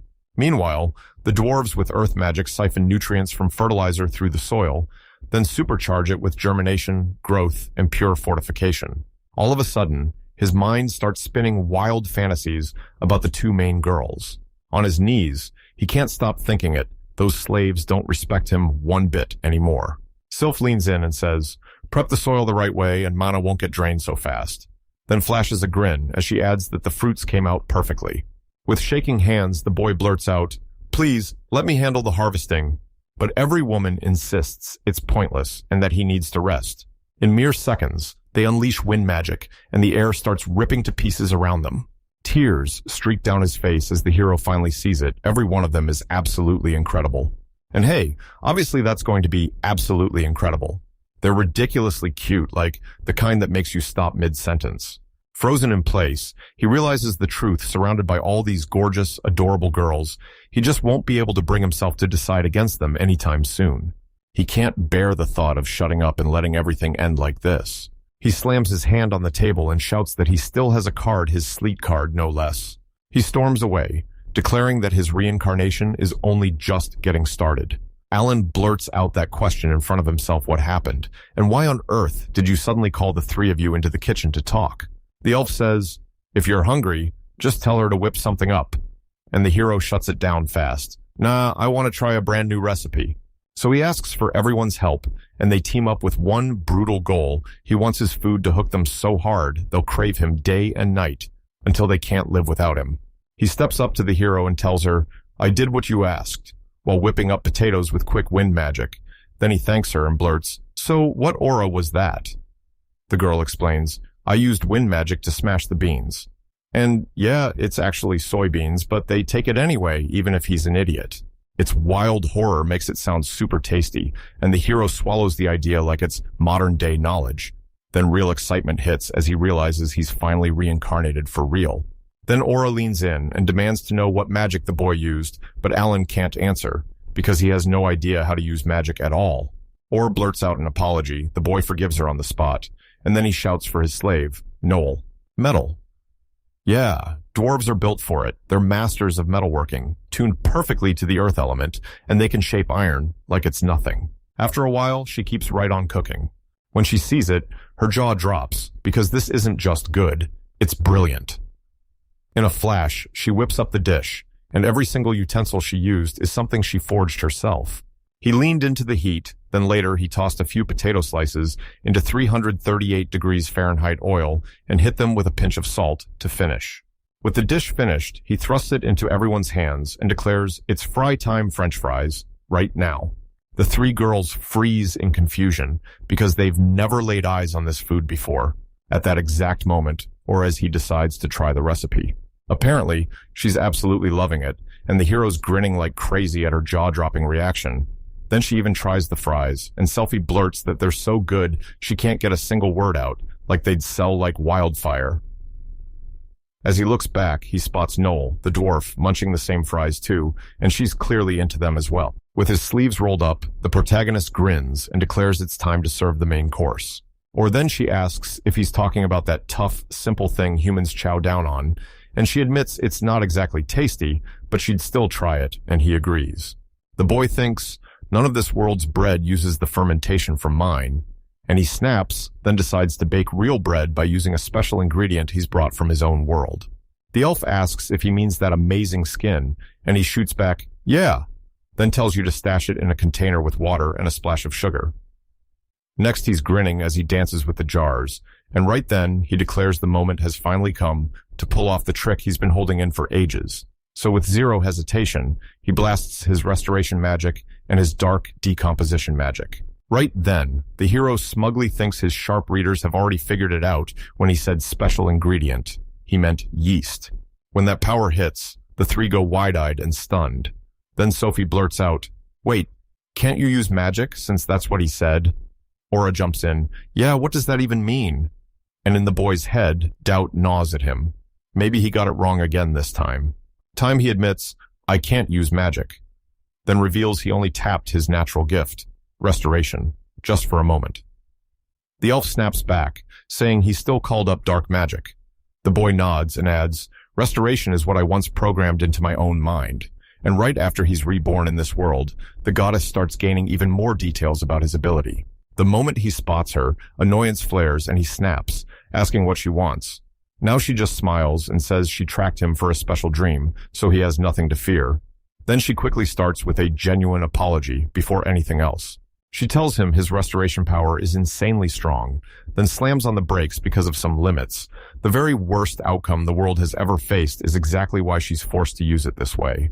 She breaks it down with a sharp analogy. It's like running a revolutionary operating system on just 8 megabytes of RAM, so the goddess fires back, calling him 8 megabytes RAM, and the boy snaps, asking if she can stop branding him with such icy labels, and then she keeps explaining. She tells him that restoration can do a bunch of things, and every single one is folded into the power they've handed him.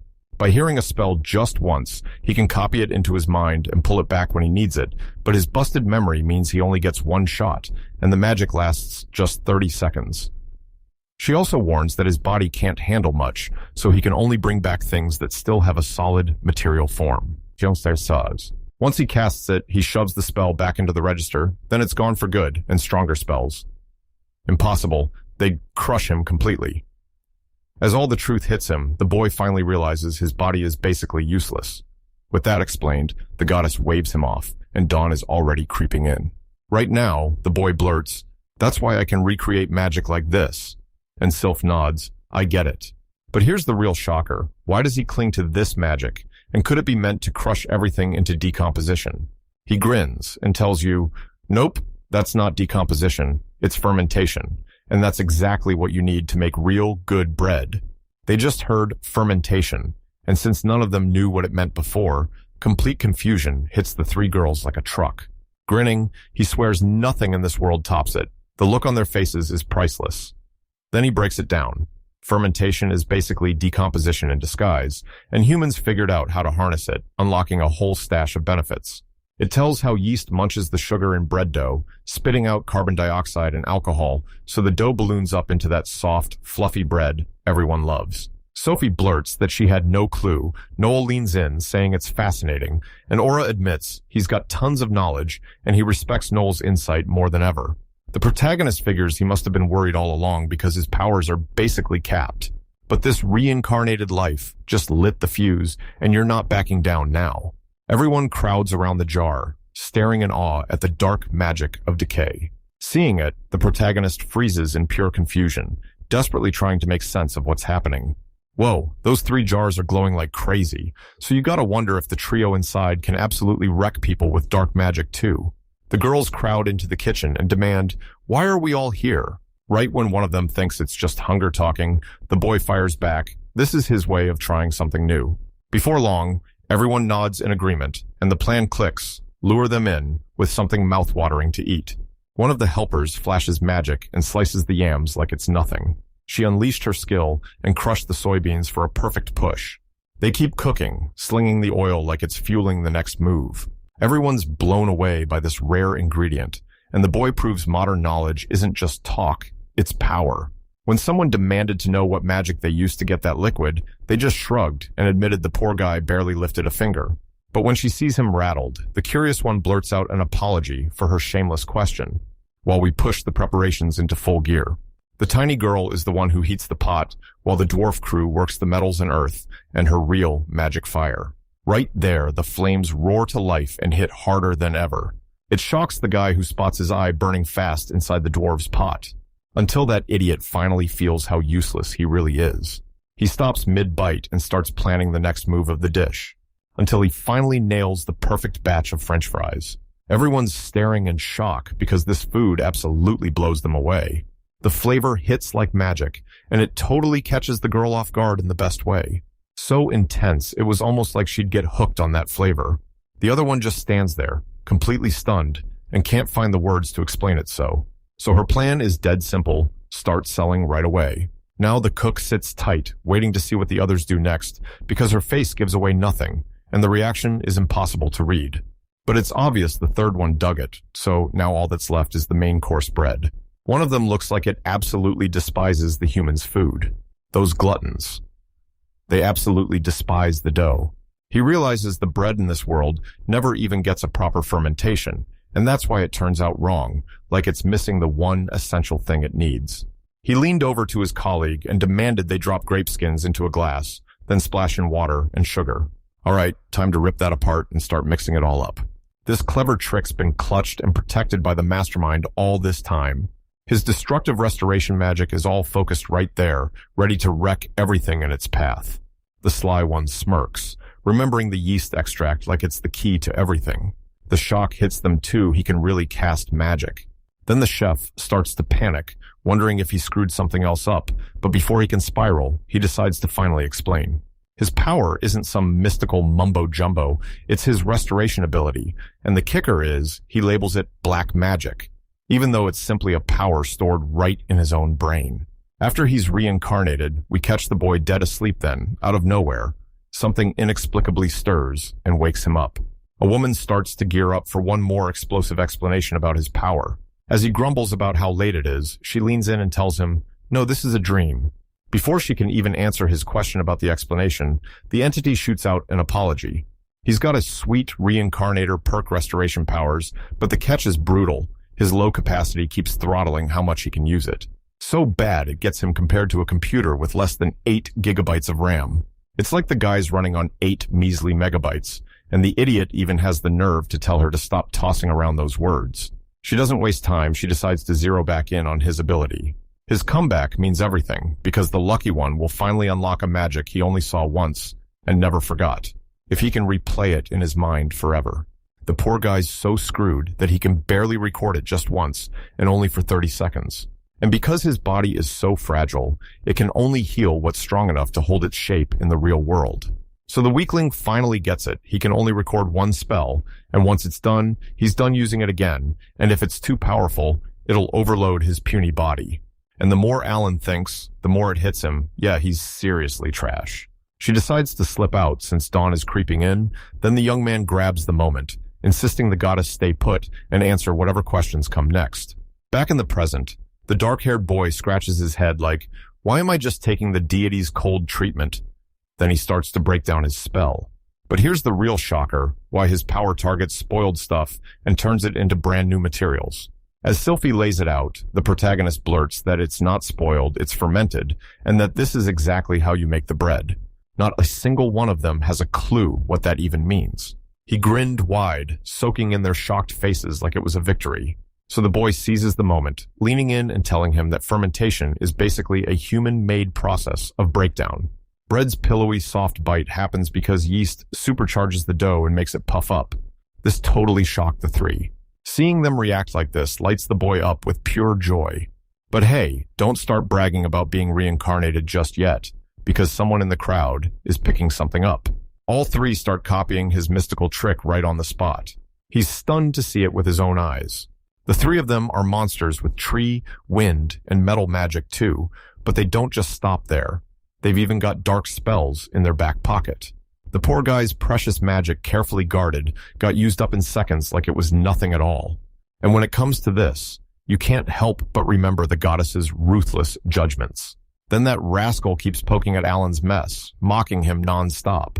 And just to make it worse, that fool gets enchanted by her beauty, like she's got him under a spell. Meanwhile, the entity is grinning, thrilled to death with everything he just pulled off. Then that idiot just bolts again straight up, ditching the chef in the dust.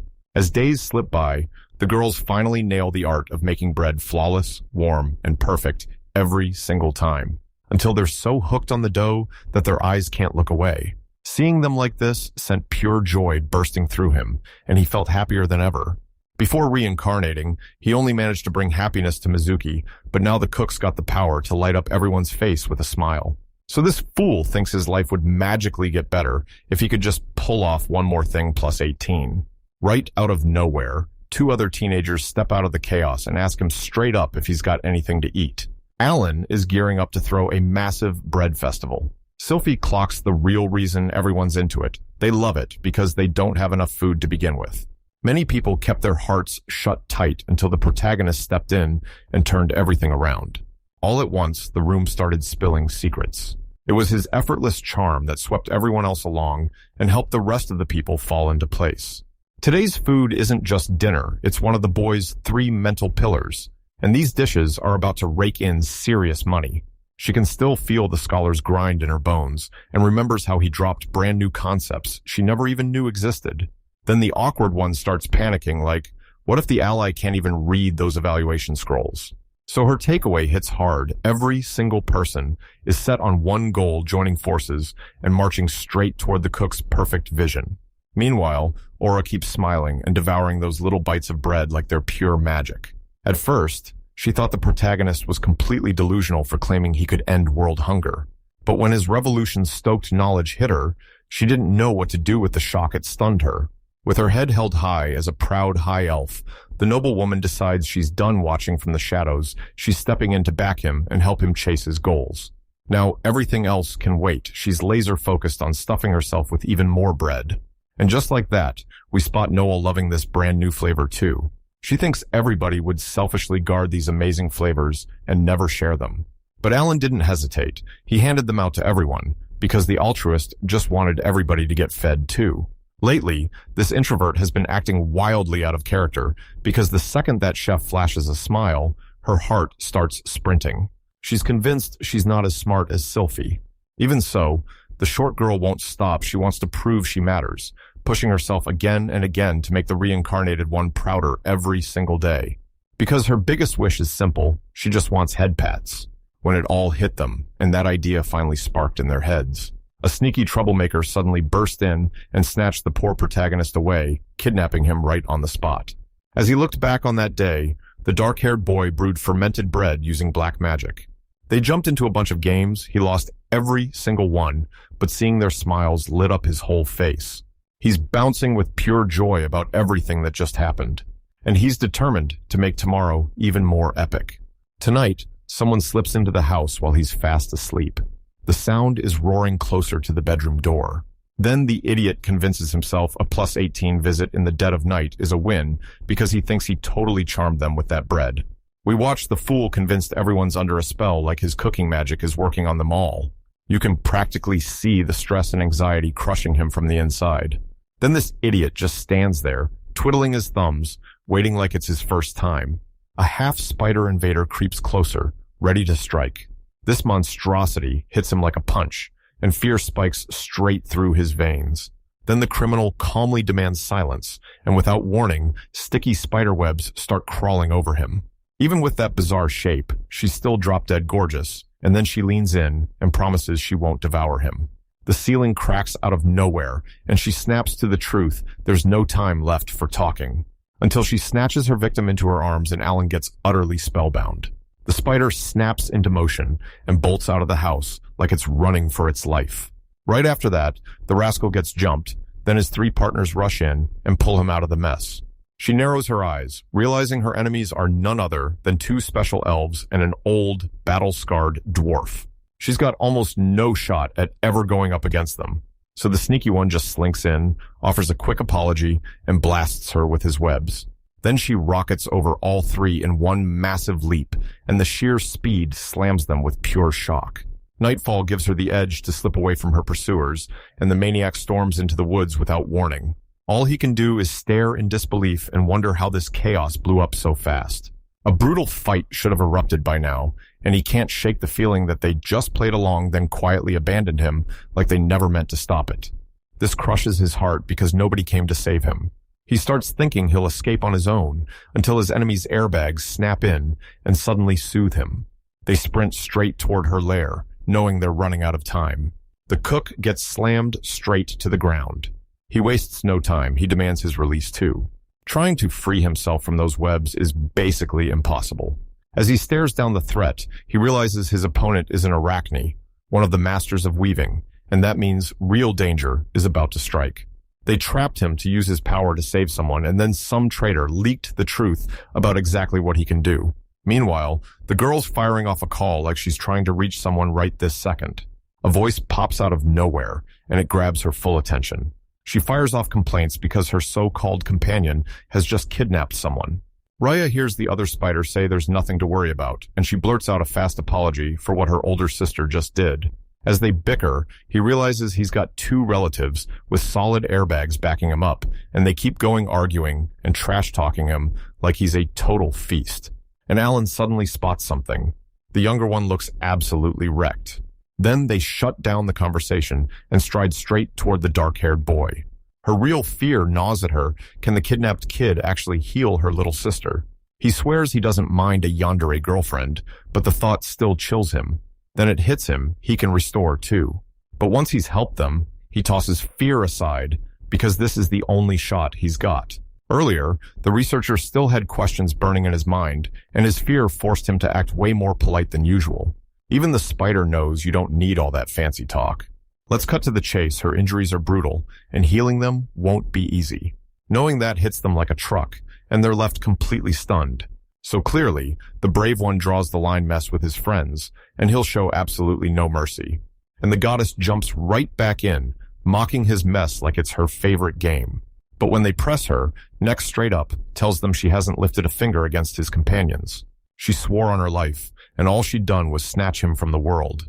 He can't shake the feeling that his adversary might not be trustworthy, until the woman swears her family's name. Hearing that hits him hard, and suddenly he's lost in deep thought, just for the entity to show up and piss him off even more. Before he even starts, he orders them to swear a spirit oath so they can negotiate, then someone shuts it down. Turns out the older one is terrified the moment those three strike. They'll be helpless, even with their promises that they can protect themselves. This isn't okay for the girl, absolutely not. She can't believe it. Our protagonist just bursts into a grin out of nowhere. After mulling it over, the cook finally snaps and realizes he was dead wrong about his assumption. Because the poor guy can't shake the feeling he was probably left behind. Once his allies proved just how powerful they were, nobody risked trying to kidnap him again because they sure wouldn't come rushing in to truly help him. The poor guy thinks their grand plan was to wipe out an annoyance like him. Staring at his lousy luck, the unlucky guy goes, "Wait, if I'm in an isekai, I should have been living like a king, right?" Since he can't play the hero, he's left with one move: be genuinely kind, and he's dead set on getting her to say yes to his terms. Right when neck tends to Raya, our guy steps in too. He's got people he cares about, and he's determined that Spider doesn't lay a single bite on them, or else the healing never kicks in. Sylphie scrambles to find him. Then the truth hits. She was supposed to protect him, and she still failed. They decide to hunt down the elves and beg for help because the kidnapper has slipped into the forest. 3 of them catch the glint on her leg, and that spark brands the kidnapper as a commander of the Demon Lord of Lust. 7 demonic entities reign over the sins, and even their servants can't escape them.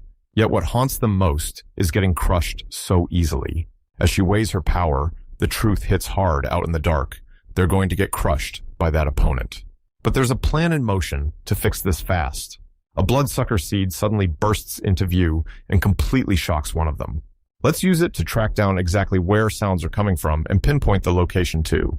Alan doesn't just notice the spiders, he talks to them like a gentleman, calm and super polite, to the point where everyone can't even figure out why he's being so painfully polite.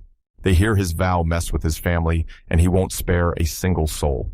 Every girl snaps to attention at those brave words, realizing the cook just put their lives ahead of his own and is practically risking everything for them. The magic crystal gets crushed in a heartbeat. They slam the plan into motion and split into teams to kick off the rescue. They're absolutely relentless, determined to drag him back home. Meanwhile, the boy can't help but wonder if salvation is still possible when everything spirals, because that goddess definitely isn't handing out spoilers. He went in to talk it out, but the whole thing blew up in his face. She's got human legs.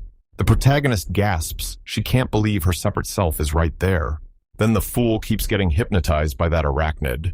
So this little rascal remembers if her sister gets healed, she'll hand that guy the keys and let him do whatever he wants. As she uses her own body to bargain, Alan's mind goes blank, so shocked he can barely drag himself back to why he came in the first place. So torn between saying yes and slamming the door in its face. Then it hits, his memory kicks in and starts firing his thoughts into place. Mizuki's memories come roaring back, and he remembers the moment that girl mocked him for hunting down computer stores. She kept pestering him until he had to spend money on her, not on gear. Back then, because he was burning through money like crazy, the girl got dragged into needing a job too straight up, all driven by lust. And every time he remembers it, his stormy mind steadies, and his thoughts turn sharp and calm. First, safety comes first, but for now, the chef is totally okay. Right there, second place is the safety of his allies, and for once, everything feels calm until Raya shoves leaves right into his nostrils. So yeah, the real trouble is the arachnid. It's totally disgusted by what's happening, until the kidnapper suddenly feels something's off. So she decides to pull back for now, at least for the moment. Then the two snap to attention and storm out of there. Then the kidnapped person realizes it fast, right there in the forest. A magical barrier snaps into existence out of nowhere. Seeing this keeps stunning him over and over. It just won't stop, because every single one of his allies showed up right when the rescue needed them most. One of them locks eyes with him right then, and rushes back in to apologize for the late arrival. The magic rips him free from the webs, and just like that, they slam up a barrier because he bought them every second they needed. Hearing that utterly blows his mind. But when the cook leans in and looks closer, he realizes every single elf has packed in together. Right here, Sylphie swoops in and instantly grabs the protagonist's attention to thank the boy for trusting her, because she figured the poor guy was stalling playing dumb just to buy himself a little time. Out of nowhere, the sisters crash back onto the scene and come at them with full force. Just as the moment hits, the group leader spots it. Those opponents have completely stopped trying to run. They're all locked in a staring contest, face to face, right at this moment. Seeing it all go down, Alan feels even more stranded, like he has no idea what to do next. All that's left for the idiot is to bluff, swear up and down that it was all planned from the start. Every person in the room jolts with shock at that bombshell. The air in here gets so heavy, it feels like it's tightening around your chest. Even so, his courage gets instantly noticed right then. The kidnapper decides it's time to admit his virtues. That enemy reaction lights up his allies. Suddenly, they're praising his sharp insight. Yeah, those compliments lit a fire in him and turned his excitement up even higher. The fool starts daydreaming about it, and the moment he realizes he got saved, pure joy lights him up. Sure, they could have ditched him and saved themselves, but the second he lived, hope lit a fire in him, and now he feels like he can pull off anything. The whole crew rallies with unstoppable confidence because everything just shifted and the danger finally turns in their favor. So they can finally talk things through on equal footing, and the kid's confidence is through the roof. This makes the arachnid finally decide to cooperate as hard as she possibly can. One of her rules is brutal. He better never, ever raise his hand against Rhea. He's still demanding the same deal, keep his allies alive, and in return, heal the kidnapper's younger sister. Now they're left staring off, deep in thought, like something big just hit them. Overall, the deal keeps sliding in the sister's favor, and the negotiator is too sharp to let anyone trick him. So she starts to fear that her own body could be dragged into the negotiation. But his three companions flat out refuse right away. That moment leaves the cook reeling, stunned, breathless, and totally unsure what he should say or suggest next, until he finally remembers they can use their web abilities. Then he can't stop craving a steady drip of those arachnes threads right on schedule, every time. That question instantly makes them squirm, like it's hitting a nerve. Seeing their reaction, Alan's face instantly flares red with an embarrassed blush. Then his allies start demanding answers, like they're done waiting. And just like that, the poor guy finally gets it those days when everyone was nice. They're over. Everyone piles on him, demanding to know what he's really after because he's only offering it in exchange for the younger sister's healing. Sylphie's mind starts spiraling, replaying everything that just happened. Because she figures if her master shows interest, she won't end up crushed by disappointment. The way he'd rather connect with Iraqis than an elf scares her to death. To her, the idea was downright ridiculous. No way would she accept him even suggesting something like that. She's so fed up it makes her boil with frustration. Meanwhile, Noel can't stop thinking about how unreal the protagonist's powers are. But after hearing his request, insecurity crashes into her like a wave, and it crushes her, dragging sadness into her chest. Even her aura looks straight up confused by all of this, and she's fighting to not act like her other friends. And honestly, even the noble can't shake the suspicion that the cook is pulling another one of his shady tricks. Then the maiden snaps that the boy clearly didn't get what was wrong with his question. Alan's still standing there, completely lost, like he can't figure out what's happening at all. Those arachnids' cheeks flare red as they freeze up, staring awkwardly after his question. Now the dark-haired boy leans in and blurts out to his colleague, "What's going on here?" Then he realizes those threads he's asking for don't mean what he thinks they mean. It's basically like asking for their hand in marriage, so the chef gets why everyone's freaking out. And Ra shoots it down instantly because they've only just met, and it shows. Then the goddess goes right back to teasing him like, "So what now, crazy guy, need anything else? A temple machine, maybe?" A couple weeks went by, and the younger sister showed up to drop off some threads for the healer. The second he spots her, he blurts out a heartfelt thank you right away. Turns out the wound fully closed up, but when it did, he lost his magical eye ability anyway. Then the entity jumps right back in, taunting him that he could have stopped all of this if he wasn't so damn weak. Back then, that hill was Spider Sister's territory, and they dispatched a tiny spider to track down the strange noise. The tiny creature's eyes lit up as it watched Alan use his restoration. That's when Nex snapped and decided to kidnap him because she needed his help to fuel her familiar. Now, there's a spiritual contract. The Arachnes won't lay a hand with force as long as neither side causes harm. The next clause swings in with Ra's injuries healed to perfection and backed by top-tier threads, and the feeding of the tiny spiders that act as the workers there. That chef's hunting for the best deal he can keep running for as long as possible until somebody finally tracks him down and calls him out. Noel leans in, demanding, "Did the delivery finish?" Then the little one tosses in more food, and the creatures eagerly gobble it up. They stare as she pulls it off. The dwarf slips a mountain of fries to the tiny servants like it's a royal treat. At first, the elves push back hard, but the dwarves, they've always had a soft spot for spiders. Because they're adorable, and those eyes shine like little jewels. He praises the little one for clocking it, and right then, his new ally blurts out a question. She's gotta find out if his boss is finally feeling better. We finally learn the girl isn't talking to just anybody, she's talking about Sylphie. They shoot back apologies for the mix-up about the proposal, and before anyone can spiral, everything's already been cleared up. Because the desperate guy insisted loud and clear that he had zero ulterior motives. Still, his partner looks absolutely wrecked by it, like the pressure just won't let up. Till it snaps into full focus on business, like that's all that matters.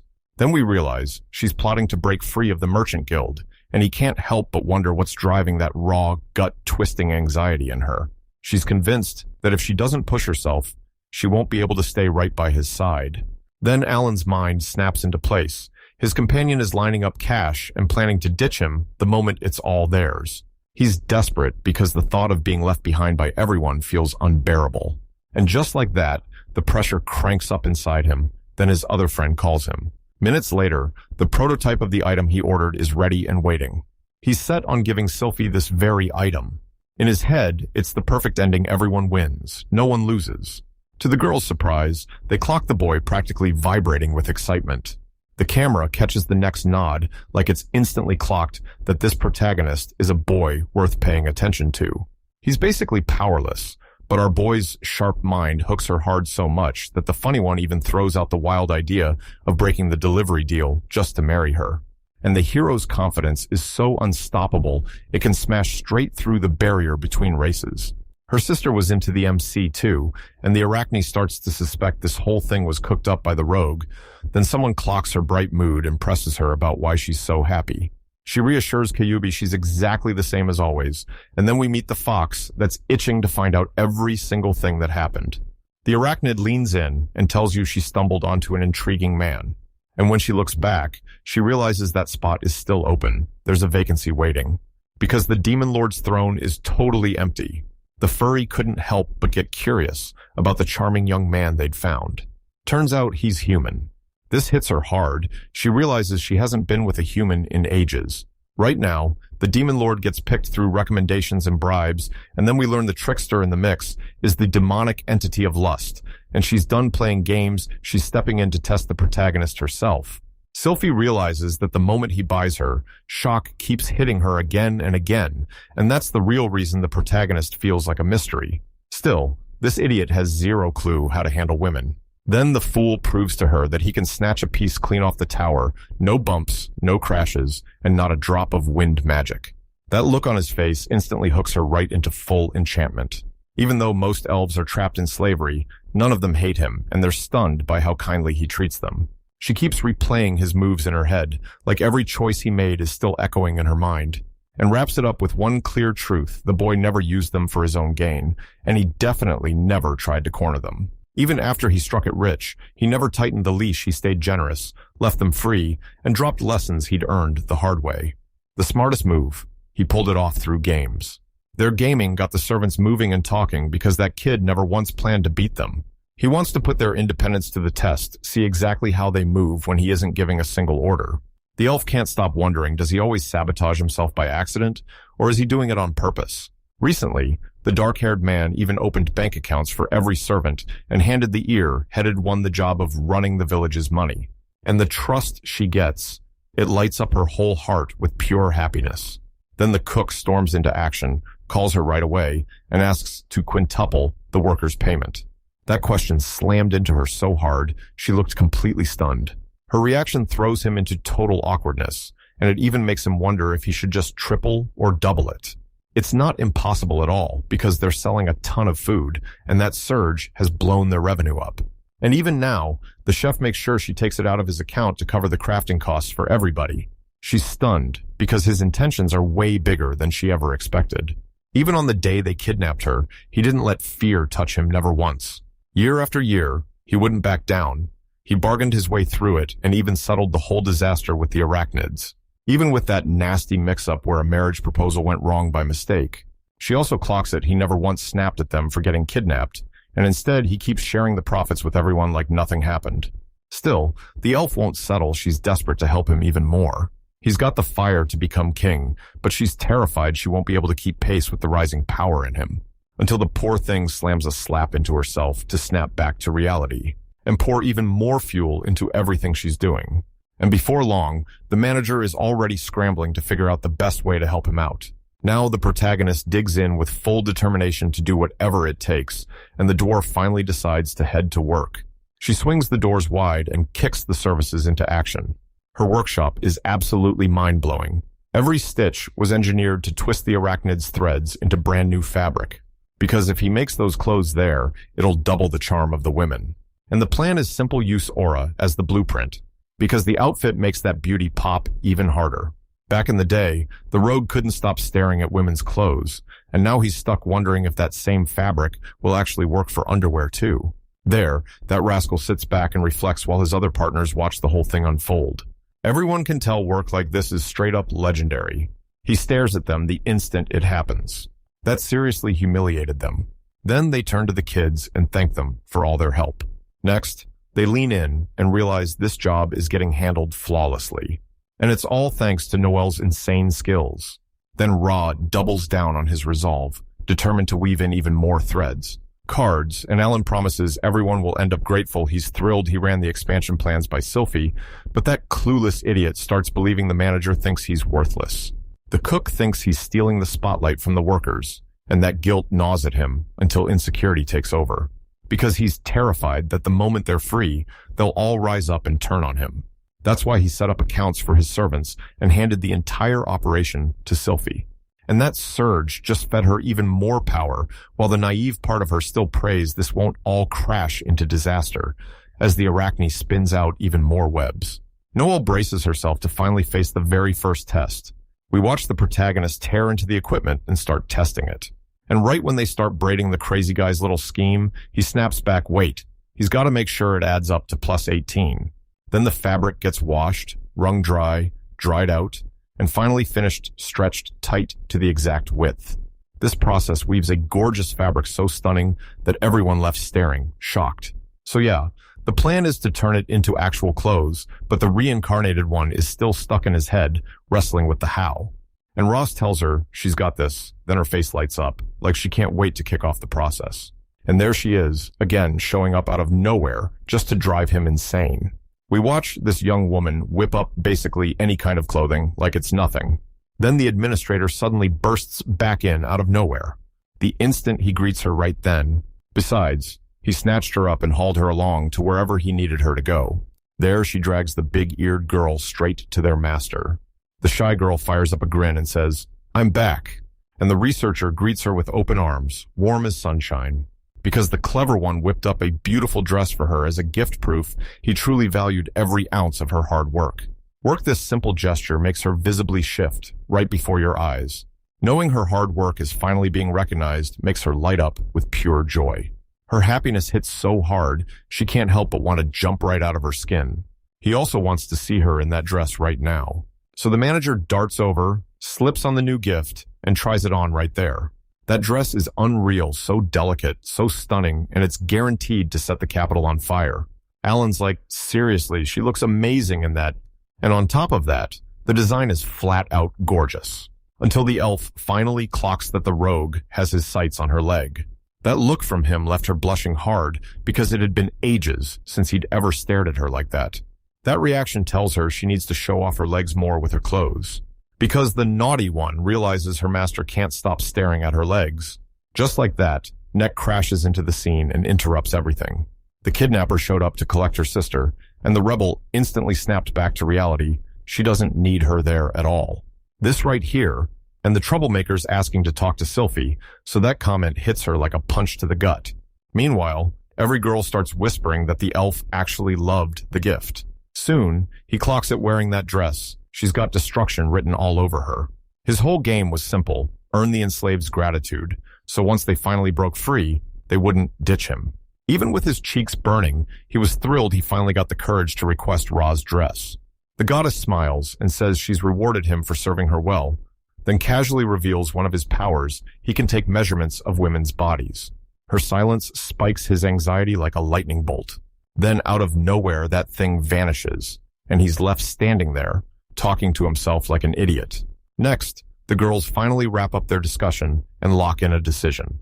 Alan's got one brutal rule hanging over him: he's never allowed to leave the base again. So basically, he's stuck under house arrest, and the regent of the universe keeps toying with him like it's fun. Just seconds before the imprisonment announcement, Sylphie leans in, staring hard as she demands to know why they're even talking. The woman makes it crystal clear she just wants peace, no drama, and to get along.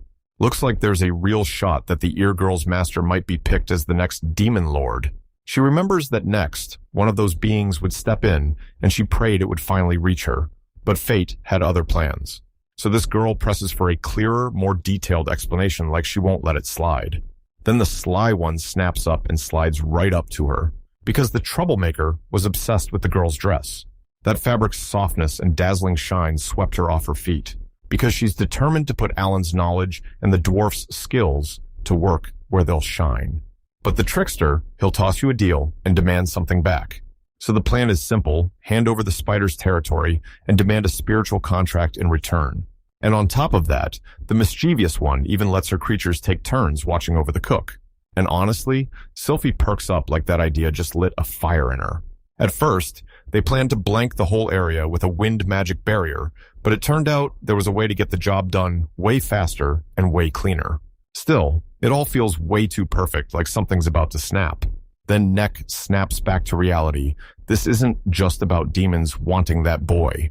And when the show's in motion, even the wise man, the hero, and the sword saint will come running too.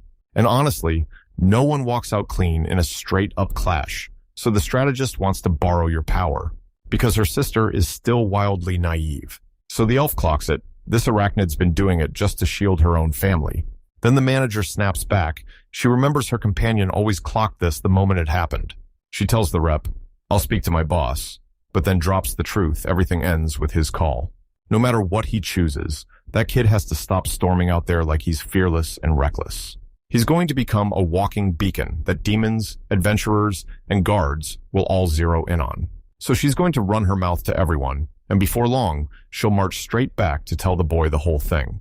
No matter how brutal house arrest feels, it's still the cruel, necessary evil they have to use. Back in the present, he snaps to attention. Shock hits him hard as he realizes what he's seeing. Every single one of them jumps on board at once. And honestly, he won't be getting out at all unless they grant him permission. Then Alan can't stop worrying. He fears the boy is about to start sewing perverted clothes. Then Sylphie snaps that the protagonist is seconds away from dying. And that idiot blames it all on the fact he's a total pervert. Neck leans in and flat out tells everyone the demon lord of lust is fixated on him. After he finally got the whole picture, the MC finally realizes something terrifying. Demonic entities aren't just lurking around his life, they're desperate for his restoration. Now, this poor guy is left staring at the truth. Why didn't he make a spiritual contract to hide his power in the first place? But here's the twist. His power is basically a cheat code, and when it's time to fight for real, he's utterly helpless. So yeah, one hero could crush him with zero effort, and that thought absolutely haunts him. He gets slammed with stress over all of it, like he can't breathe. But the truth is, he's craving that chase because getting hunted by the nine-tailed fox sounds like his kind of thrill. As soon as the fool thinks about what it means to be human, it clicks he has zero reason to turn on his own kind. Turns out, a demon doesn't have to hate humanity take the fox.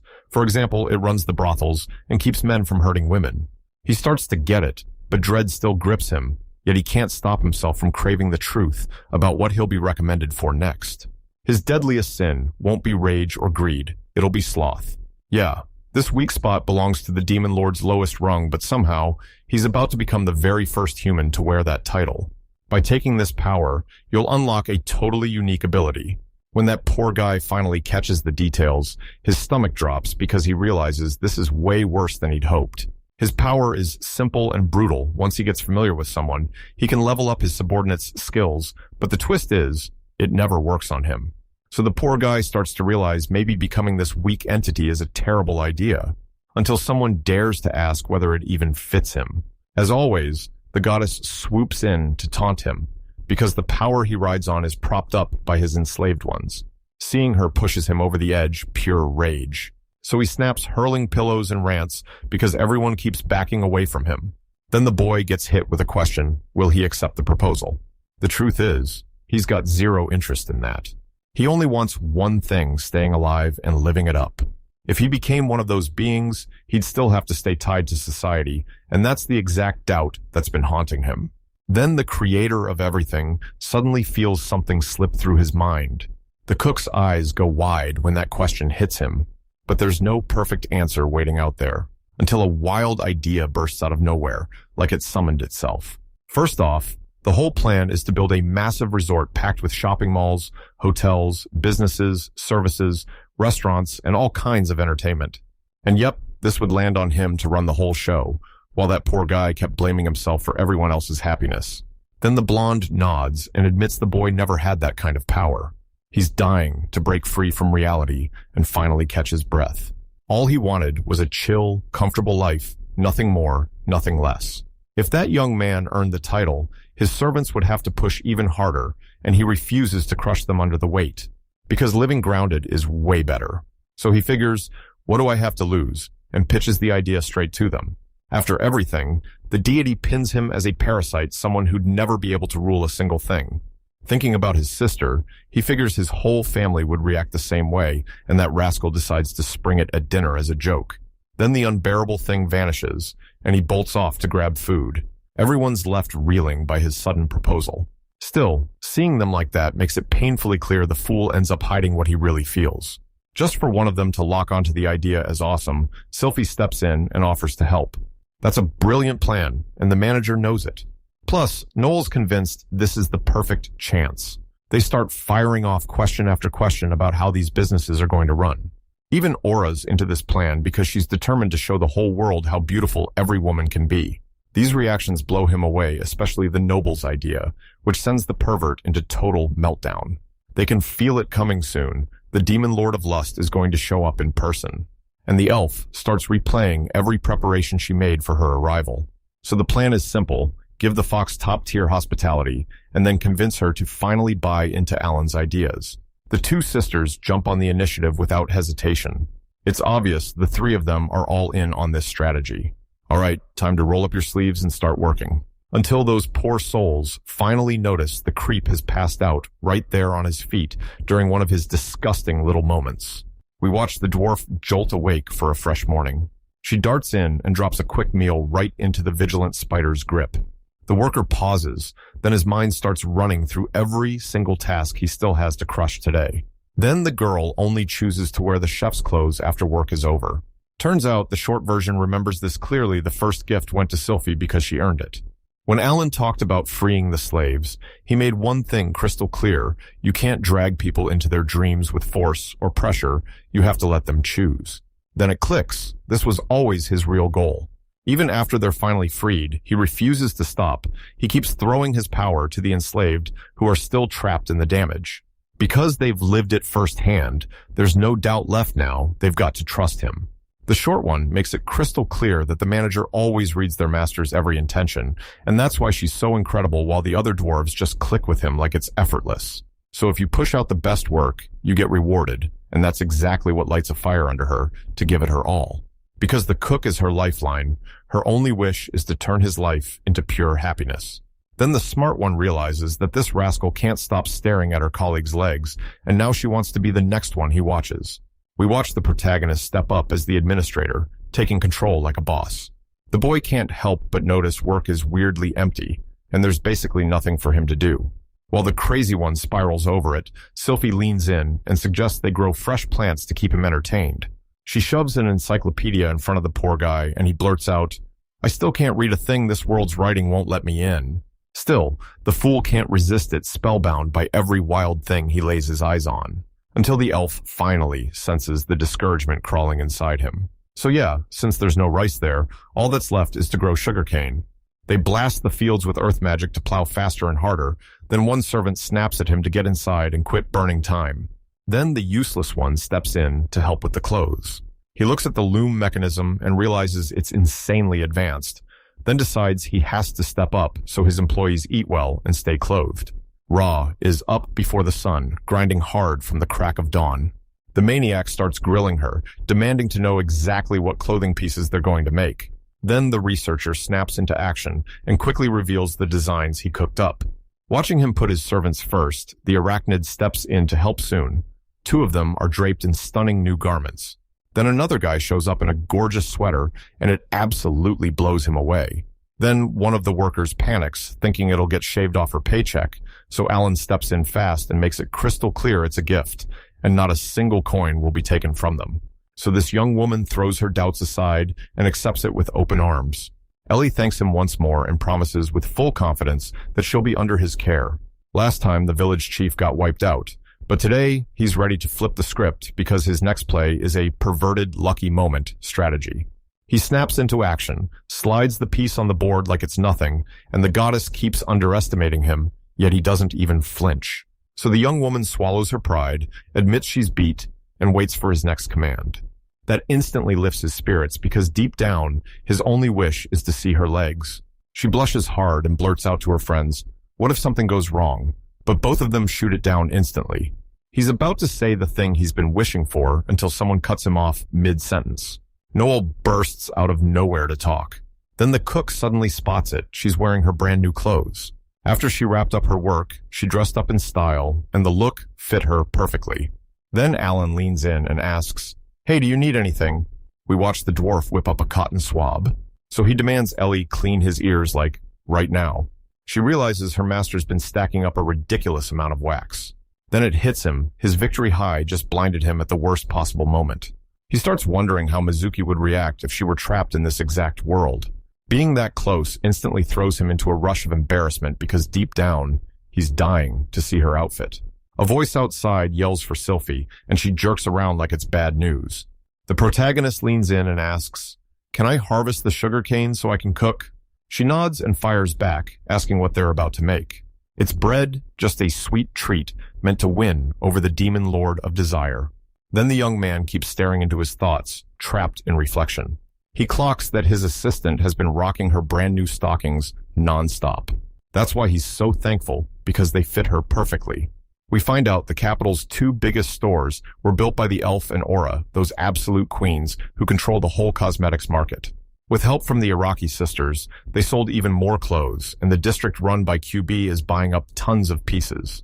Meanwhile, he finally clocks it. He's been falling behind this whole time. They clocked the ingredients piled up right there, ready for something big. He tells them it's all for Warabi Mochi because this plan has to end in sweets. That day, everyone was buzzing over the bread, and his wind magic carried the power to see straight under their skirts. So yeah, his plan is simple. He's doing the exact same move right now.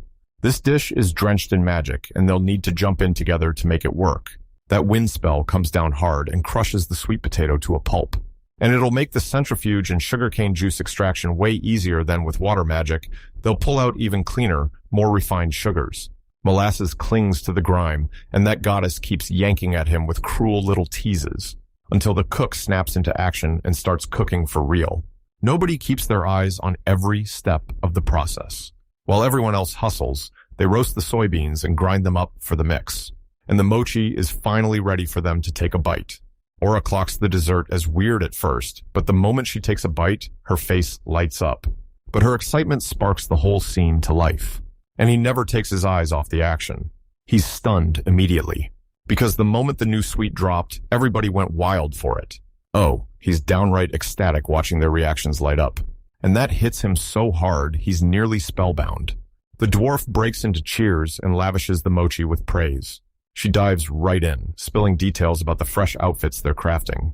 When he asks which length looks better, the small one flashes her legs, and that's when he just can't look away, so she pushes the idea to add slits to the dresses, the exact way Sylphie does.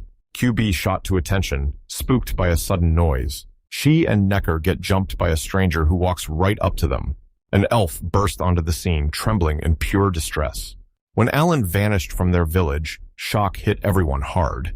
Even trapped under house arrest, he still got hunted down and captured. And the deity leans in, demanding to know how many times he'll keep smashing into the same mistake. In this state, nothing gets through no feelings, no awareness. He has no clue what's happening. And the goddess keeps taunting him again because he's been kidnapped for the second time. He's totally clueless about where he even is. Something about it yanks his focus, like a magnet snapping to steel, because he finally breaks out of the darkness. His boots hit the forest floor with a hard, echoing thud, or something's suddenly blocking his path. A horned woman leans in and apologizes. She swears this was the only way she could ever see him. Then he's jolted to a stop, spotting a stranger in a kimono. Her name is Kwao, and now she's got to rip her village out of the grip of a disease nobody can name. Then he realizes she's in trouble and she needs him, right now. She tells him to do whatever it takes to help her. Of course, when that proposal hits, shock punches him in the chest. Then he forces himself to calm down so he won't get distracted, and because his mouth is gagged, all he can do is spit out muffled little sounds. As she closes in, the woman snatches off the cloth. The deity leans in and mocks him again, like it's daring him to break. Her stomach aches from laughing so hard until someone reaches out and touches her.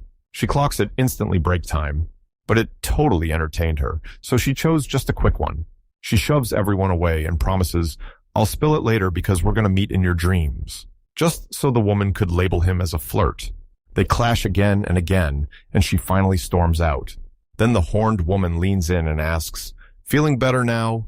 And he shoots back, "Yeah, I'm fine." He's on a mission to dig up every last detail and get the full story, no gaps. Now the girl is about to reveal her 3 sizes. And the boy freezes because it's suddenly obvious she felt that gaze on her legs. And the moment he realizes it, he's totally caught off guard. Because her mystical eye cuts right through him like he's nothing but smoke. They're right now in the Yamato village. A place where the onus lives. That word hits him instantly, and he can't believe it. Blazing at full speed, this place is still a grueling 3-day trip from his home. In the shadows, time doesn't just move, it bends. And he realizes, stunned, that the QB has already shown up at his door. His worst fear claws at him that the entity has wrecked his home, and that thought detonates a full-blown panic. He's terrified his friends are hurt, and that the same chains are already locking onto them again. All he wants is for them to keep smiling, every single one of them. And that's not even the worst of it. This poor guy remembers something else too.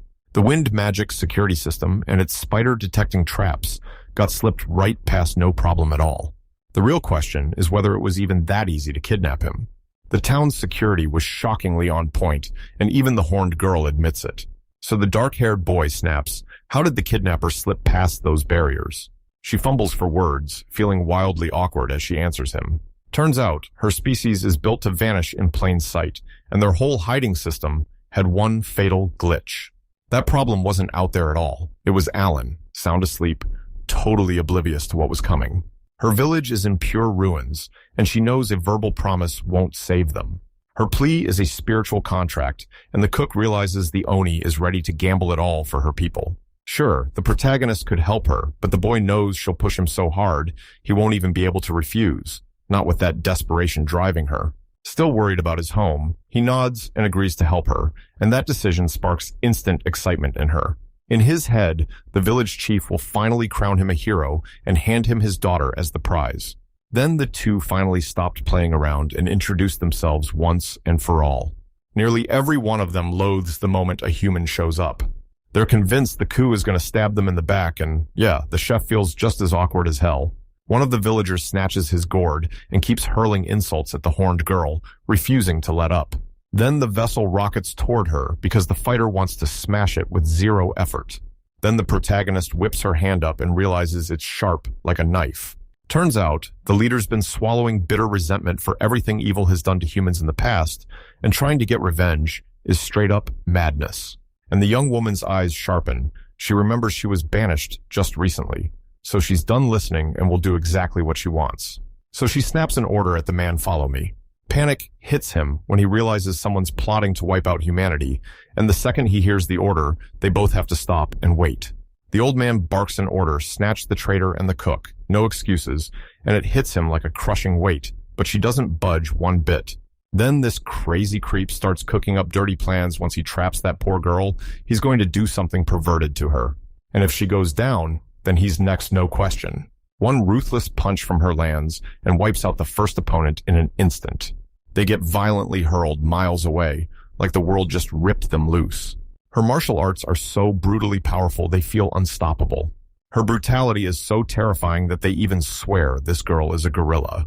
So the brute snaps at her partner, "Get out of here," because these people only live for revenge. Even after everything, Alan clocks it somehow. He still reads their side, no matter how dangerous they are. This place reeks of poverty, and long ago, humans wiped it clean like they wanted every trace gone. Of course, they'd never risk their lives by trusting their old enemies again. And he can't believe that wild girl keeps trying to fix everything with pure force. Then the reincarnated one blurts out that he can't possibly keep up with how fast everything's moving. But the trickster always throws his weight behind whoever's strongest. That's why he decides to chase her right now. He's staring at his reflection, realizing if he dares provoke her, he'll end up meeting the exact same fate as all the other fools. Even when she begs for help, that poor girl realizes her kindness still won't sway them. And the protagonist scrambles to calm everything down by blurting out random words. Long ago, humans hunted the onus to the brink, but not a single one of them knows why, and that fool still has no clue what to say. She clocks how weirdly tense her partner is, and then wonders if the healer's got some hidden hate toward her race. Because her nose was thinner than every other girl's, she could sniff out bad vibes, the kind of negative feelings that ruin the air. So the sharp one blurts out fast, "Alan, are you hiding something from me?" To claw his way out of this mess, the trickster fires back and asks, "Aren't bad thoughts and messy feelings supposed to happen?" This is the one place where both sides tell the same truth, no matter how they twist the tale. So yeah, leave each other alone and don't go poking around for no reason, if they want to keep their peace and stay on good terms. But this answer leaves Kyle staring into space, because she can't shake the feeling her new ally is downright strange. They clock it instantly. He doesn't smell like the others, and for the first time, they're staring at a human like it's impossible. They're finally reaching the sickened regions, and the stench hits like a punch. The place is totally empty, wrecked to the bone, like the world just got punched and left for dead. They finally hit the treatment place, but the protagonist snaps, telling her to wait right there. She can't help but feel something's off, and she fires off a sharp question, what exactly is it? Alan is desperate to check their condition, and he pushes Quao to talk them into believing that boy really is a doctor. The only thing that matters is that the cook just saved 50 people, but whispers say his power might be capped. But even the protagonist can't figure out the right answer to say. But if restoration doesn't hinge on mangoes, then maybe there's no cap on how many people can get his cure. Turns out the sly one's keeping a few aces tucked away for his own safety, so he's not about to make reckless moves. She quickly comes to trust and respect his choice. After all, That kind of power belongs to the gods, and you can bet everyone's lining up to rip it away from that boy. So her plan is to slam this problem right into their spiritual contract. Depending on what's going wrong, he can treat the symptoms, but if he doesn't punch straight at the cause, the disease will crawl right back. Seriously getting kidnapped again and again is a nightmare, and the horned girl rushes to apologize like her life depends on it. She clenches her resolve to face her own sins, then drops to her knees and begs the reincarnated one to save the children. The village leader doesn't point fingers at her. He leans in and tells her straight up that even being kidnapped by good people is a blessing. They step inside, and the guy's mind immediately races, what if he ever turns his power to evil? A bunch of kids are sick to the bone, and they're just left there on the ground, helpless. Their hands go numb, their appetite disappears, and a crushing fatigue pins them down so hard they can barely drag themselves out of bed. And the fear hits fast because some are being hit with heart failure. But something feels off, and he can't stop wondering if Sylphie's plant encyclopedia left it out. He's got a question locked and loaded, and he's about to ask it. Q tells him, "Ask me anything, I won't hide a single thing," like she's ready to rip the truth wide open. So the protagonist wastes zero time and goes straight for the jugular. The real question burning in his mind are rice, the staple food of the Onis. And the brute's caught totally off guard when he realizes this guy knows exactly what he's doing. Realizing that made his heart soar. The protagonist stares at the universe and realizes something wild. Every last bit of advanced tech looks exactly like magic. So with science on our side, anything becomes possible. He didn't know this world at all, so his conclusion came out shaky and unsure. Is it that medicine has been rendered useless by magic, and only one person is desperate to figure out what's really going on? Turns out the genius just wanted to look cool and nothing more. And now she's demanding to know how this disease is connected to rice. He's scrambling to explain, but her raw desperation slams the door before he can get a word out. Eating nothing but rice left her starving for vitamins, and she still doesn't seem to get it. This mess is called cake, and you can tackle it by swapping your diet to brown rice. Then it finally hits him. This new world is going to make fixing that problem a brutal challenge. So he grabs the rice, cooks up the plan, and then sprints after her. But he pushes through anyway, because he's got one more question he needs to nail down. Now she's about to spill a village secret that finally reveals the truth about rice, so Ku decides to trust Alan's word. The boy stares at the food problem, no vitamins at all, and tries to crack the mystery, but every answer slips through his fingers. Then the big girl hurls several rice plants high into the air. By unleashing her Ashura power, the fighter sprouts 6 brutal arms that slice through everything. Then he spots it. The grains are being polished with swords, and that leaves him stunned, because any real healthy Oni would do the same. So he just keeps getting blown away by these insane abilities, and can't stop wondering how they ever managed to get chased back then.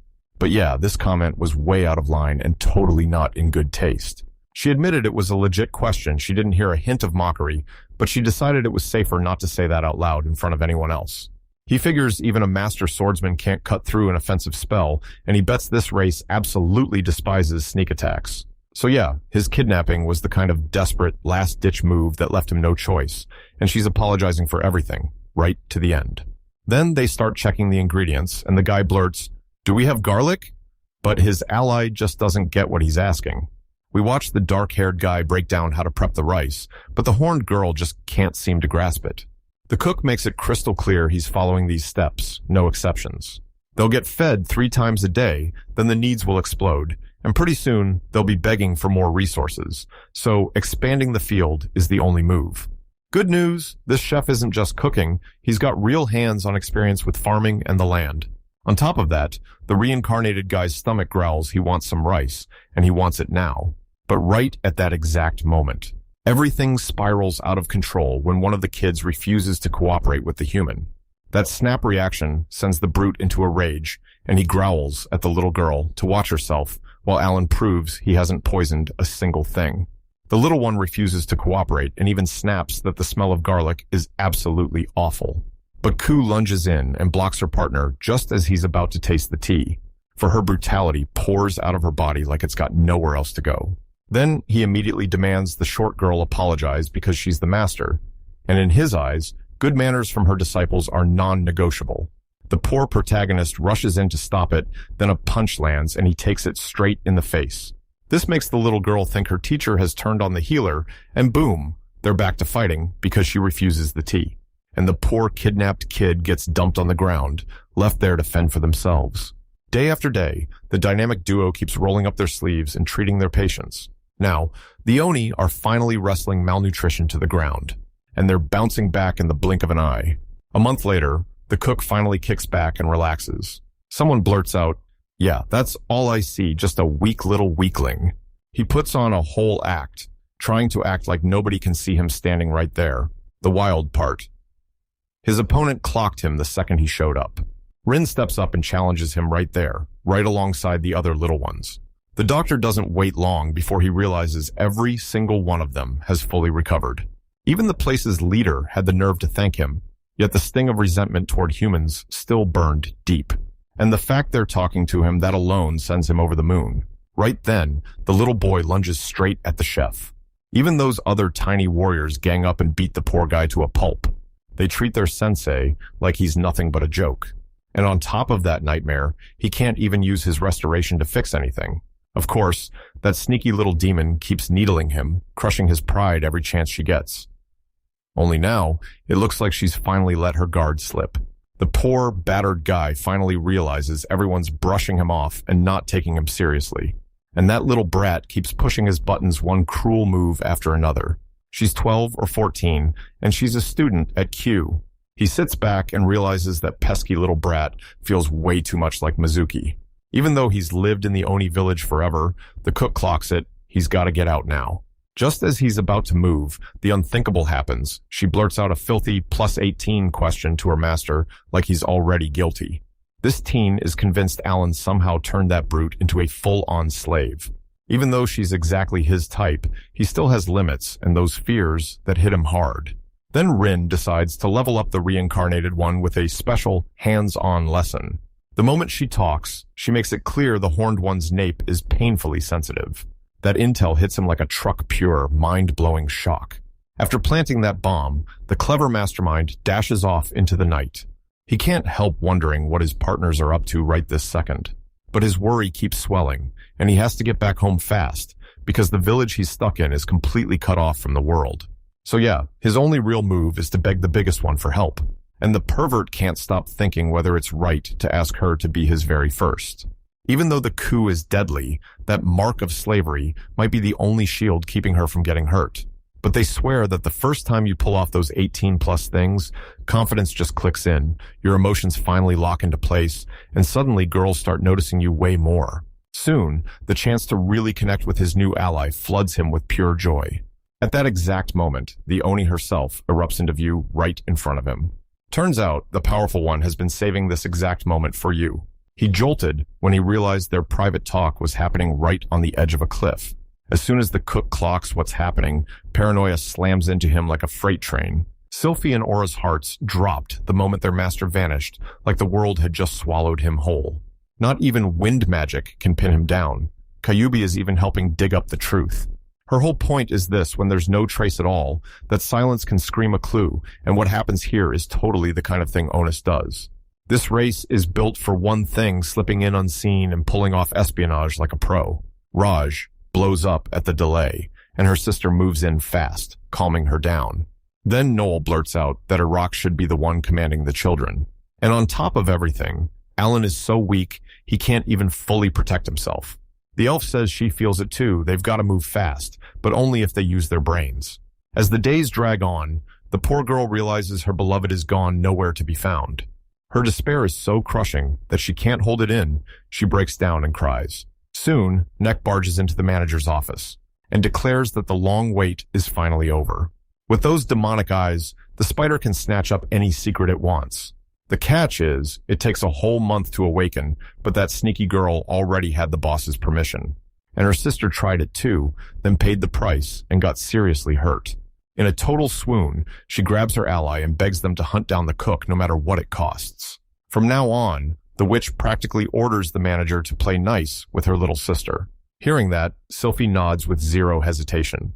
Once they seal this deal, the troublemaker jumps in to team up with the sly ones, and together they uncover the bombshell the village chief has been dropped in a faraway village. Soon, they all lock in and go charging in to save him. Right in the Oni region, out of nowhere, Every ally shows up right when the protagonist is about to drop a +18 proposal. The horned girl jumps in shock when her home is suddenly found, but the panic flips fast. She realizes they're here to rescue him. At first, it feels like the world finally eases, like it's calming her down. Then she snaps back to it. Her friends still had more to say. Right now, the rogue hesitates, trapped between choices because he doesn't know who to trust or even who to talk to. He's stuck between two thoughts. Should he thank her for saving him or just speak up and be real with his brand new friend? A crazy idea suddenly sparks in his mind, and she'll use it to make even the lust demoness finally take him seriously. Now, the reincarnated hero calls her out to fight against racial discrimination. This proposal left her staring in disbelief, like she couldn't believe what she'd just heard. She can barely wrap her head around it. Her savior actually had the nerve to think of this. In her head, a human offering feels just like a marriage proposal. Turns out, she's learned to live with people ogling her like she's a woman, and chasing after her power too, but this time is nothing like before. The rest of the crew comes barreling in, and the horned girl steps forward, ready to spell out exactly what's going on. Then the dark-haired guy bursts in, quick with a fierce greeting to his other allies. He tells them their delay bought him enough time to finish everything he needed to do there. And the cook admits, "I'm sick of it. I'm getting bored." Those words made the brute believe he orchestrated the whole thing himself. She realizes the girls everywhere from different races came charging from far away just to rescue him. Even a demonic entity couldn't help but take a hard look at him. Without her massive mana supply, the Q would have forced her straight into a fight. Then it hits him. He remembers the proposal he made, until the chef snaps her name and calls her over to meet the other women. All of it leaves her completely rattled, like nothing makes sense anymore. She leans in and tells him, "Yeah, this is nothing, I'm used to it," because she's a rare kind of Oni called a Genki. And the dark-haired girl clocks it instantly. Sometimes he slips into kid mode, and other times he talks with stone-cold seriousness and total confidence. All of this screams to her that he's the kind of man who actually deserves what she's offering. And with a fierce vow, the demoness pledges her loyalty to the protagonist. Sylphie is the one who looks at all this and goes, "Wait, something's off." She starts realizing it's basically a pack made up of the two, and the moment she clocks it, she hates what she's stuck in. Turns out, the big girl is just another one buying into Alan's nonsense, hook, line, and sinker. So the elf finally works up the nerve to talk to her, and then it all clicks. The manager's just burning with jealousy until someone steps in and calls her out. She's left speechless. Then her master rushes in to apologize for scaring her and thanks her for saving him. She's convinced it was all part of his master plan. When the boy dodges the topic again, the business administrator pauses, and his whole strategy starts to click into place. Even if his dreams to crush prejudice and end hunger sound wild, he somehow convinces everyone to believe in his cause. What hits her hardest is this: he's safe. And that truth finally lets her breathe. Then Aura leans in and tells you this: when a human offers an only woman union to crush discrimination, it somehow lands as a full-blown marriage proposal. The Oni lays it all out, every twist, every detail, and then straight up admits she totally stepped out of line. Even though she's hurting inside, it's like none of them feel even a bit offended by what just happened. Your secretary can't believe he straight up fixed the whole mess without even needing restoration. It's like he can't feel a thing or see anything at all. Turns out QB and Neck bolted out in a hurry, and he totally blew past every expectation she had for him. We watched that insecure idiot convince himself he ruined everything with the entity until someone finally calls him out. Rin tells them she personally led the visitors through the house, and the guy promises he'll get dinner going. She shoots her rival a question: "Are you heading out?" That question hits him like a curveball. He snaps to it right away. This brat's terrified of being left alone, and the little rascal dodges the subject like it's a trap. Then the village chief can't stop replaying everything in his head, weighing every grim detail, and sweeps in, urging her to chase her dreams and study abroad. 1 whole month drifts by in the blink of an eye, and the newcomers finally crash into the protagonist's base, and every single one of them is blown away by what they're seeing. The kids' jaws drop as they soak in every mind-blowing innovation in that place. But the big problem: his moves have gone downhill. Ever since he vanished, everyone's been on edge, panicking like something terrible is coming. They're over the moon that he's finally okay, but the moment they look at him, something feels deeply wrong. So yeah, everyone knows exactly what went down with him during that time away, because the investigation team dug up every detail. It's humiliating, kidnapped, and then rescued again because the boy keeps calling himself a useless burden while clinging to the enslaved who carry him, and the goddess shows up just to grin and soak in his misery. And they start talking about how she's working from home. While they're talking, the entity casually reveals the truth his friends are already gathered. And right now, this crew is buzzing with plans to throw a full-on welcome party. Both of them chat away, and the cook even seems to read the deity's mind, though she keeps sidestepping the question. He stumbled onto a wild new trick his power could blast sound and replay it right inside a 3-meter radius for a full 9 seconds. He decided to build a massive bathtub for the girls to soak in so he could listen to them while they were right there. Then the clever one grins and uses the power to eavesdrop on their conversation. We learn the terrifying truth: none of them want to be his enslaved pets anymore. This discovery hits him like a thunderclap, leaving him absolutely stunned. Aura breaks it down to her friends, talking it all out like it's the most important secret in the world.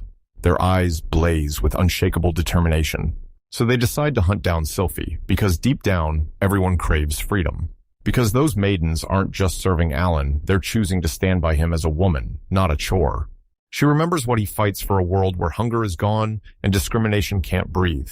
This is the kind of king he is, and trust me, that's what makes him ridiculously charming. After the administrator, they all sprint and spill into the same direction, and they square up, ready to confront her about it. Right then, the noblewoman snaps. Does she think her friends have something to tell the village manager? Nohol insists they're all here to talk about the same things, then points out they're chasing the same goal, and it all goes back to the protagonist, while the local leader reacts to the claim right in front of us. Through the women's eyes, the girl can already feel what her companions are thinking. Everyone was absolutely blown away by the cook's insane skills. So intense is her conviction that the businesswoman mirrors every one of her companions exactly. He's so obsessed with 100 plans that he won't even bother giving his employees the proper orders. So the chef basically expects them to jump in, think smart on the fly, and keep pushing for the absolute best results. So to back him up, you need will and resolution, because one of them is going to step forward and ask the elf for something. Because she's from a rare species, they swear she was never meant to be chained up, so they press her. Has freedom ever crossed her mind at all? Then the fire in her eyes sweeps in as she vows that all she can see is freedom in her dreams. She daydreams about a world where they're finally free of slave chains, and the master title disappears. And she promises she'll stay right by his side, doing everything she can to make him happy. After everything, she still puts her whole trust in him. But even now, there's a future where the smart one still wants to stand right by his side. That's why the smart one already has a game plan for each of them. Meanwhile, Alan can't shake the crushing thing he heard, and that divinity keeps battering his mind like a nightmare, yet everyone else carries on like nothing's wrong. He storms into the welcome party to greet the guests. Next, he links up with the Onis, and the moment he does, the idea hits him like lightning. They want freedom, and nothing will stop them.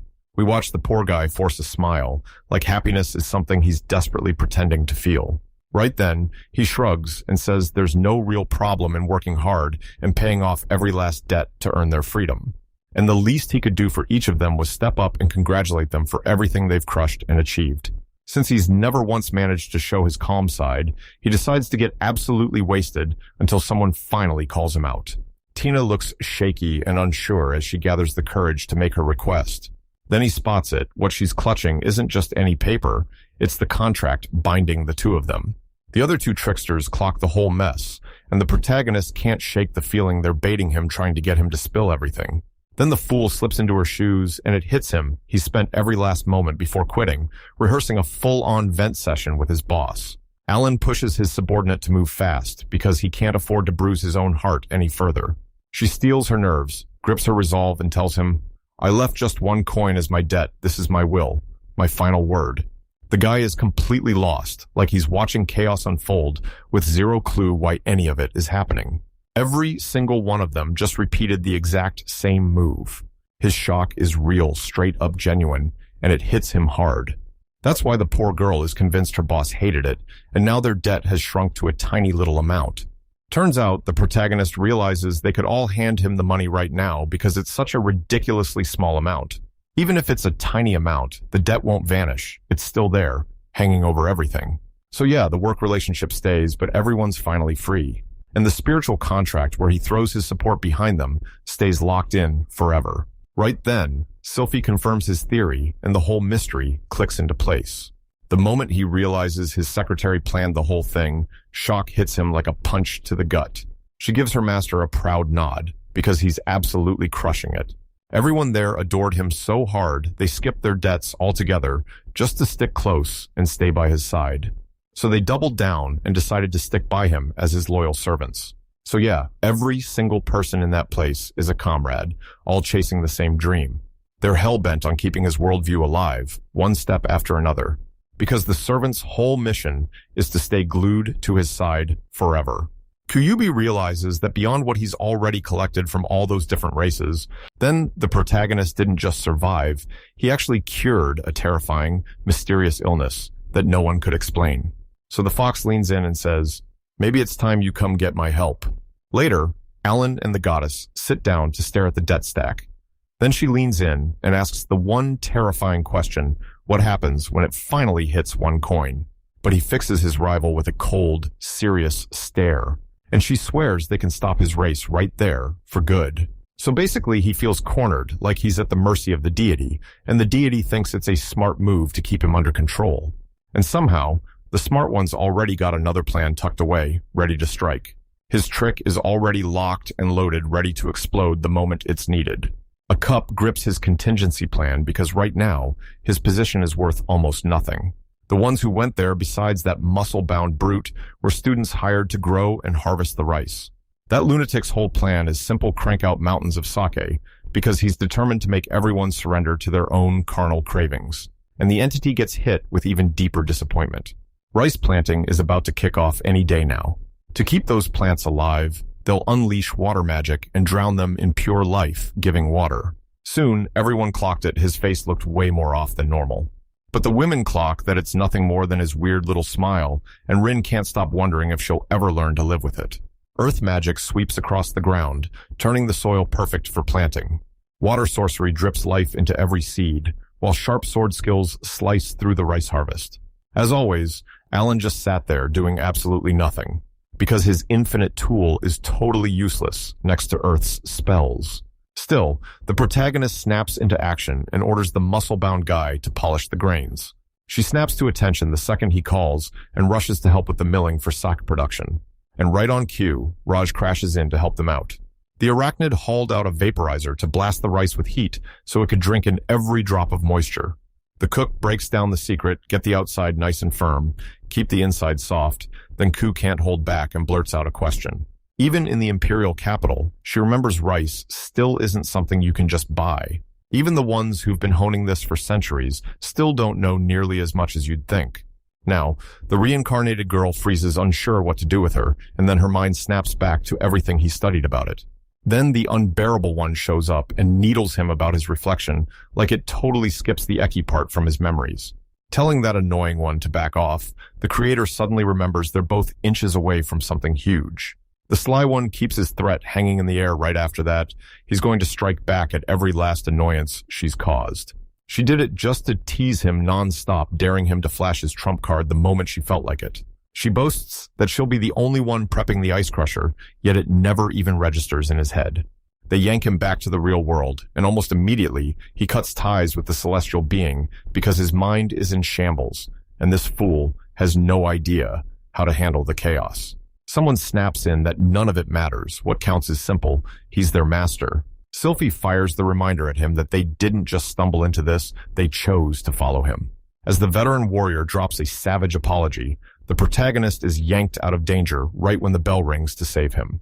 The way she forced QO to back down was honestly jaw-dropping. Rin still can't let it go, and the pumped-up guy shuts it down once the elf makes up their mind. That's the final word. And yeah, the manager is the mastermind behind the whole one-coin debt plan so that strategist can snap Alan out anytime she wants. So yeah, don't even think about crossing the mafia boss. Then the clever one doubles down on being useless, just so he can keep his comfy lifestyle. Noel jumps in and helps process the rice. The other allies jump in too, tweaking the temperature until it's just right. He breaks down how he used his skills to twist the grains inside the tank to his will. And Ellie steps in, hauling the water they need to get everything prepped and ready. The ingredients get tossed together in a flash, and then magic steps in to fine-tune the final touches. The catch is, you can't pull this off without serious experience and sharp instincts. But the Onis won't retreat for a second. They take it personally, because their kind is also ruthless at getting everything ready. He tells everyone, when it's done, you've got to try it. They all snap to it on the spot, accepting the proposal without a second thought. Their answers hit him like a punch, rocking him to the core. After what felt like forever, the grand banquet finally kicks off. So they all clink their cups and go for the first sip of sake. The girls take a sip of that brand new drink and practically melt into pure bliss. Each of them just can't believe the flavor's straight up blown away. And Alan bursts with joy, knowing his plan actually worked. A few tense hours crawl by, and the cook finally starts stirring awake. The drinks hit, and just like that, he dropped into sleep out of nowhere. The second his eyes crack open, something hits him right away. Because Sylphie is passed out right beside him. Seeing her standing there hits him like a truck. He's totally stunned. And the wild part, he can't even remember a thing about what happened. What terrifies him the most, the moment he realizes she's finally waking up. Right when it feels hopeless, his secretary jolts awake at last. She locks eyes with him and blurts that her boss has finally woken up. Right now, the chef is totally clueless, like he has no clue what's going on at all, because his body looked like it had shriveled up right before their eyes. The goddess steps in, eager to reveal exactly what happened right before he was rejuvenated. We watch the lovesick one take a sip, and instantly, her whole body lights up with warmth. So she remembers sake can flip people overnight, while the manager snaps back into focus, realizing she has to handle that with extreme care. Out of nowhere, the dark-haired guy drops down onto her lap like he owns the moment. He leans in and finds her soft as silk, sweet as a blooming flower.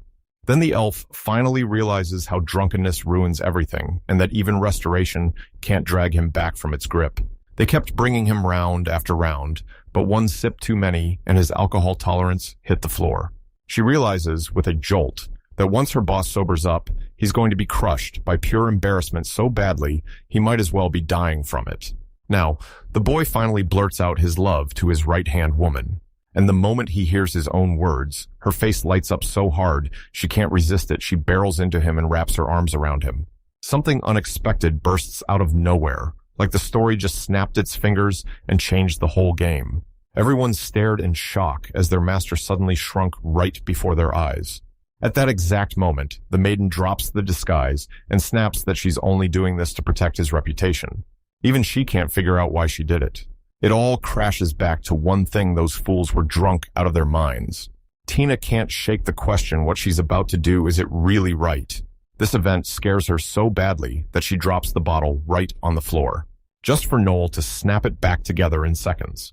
Someone's so blown away by her feat that they can't stop staring. It's Alan, stunned, speechless, as her spell lights up the air.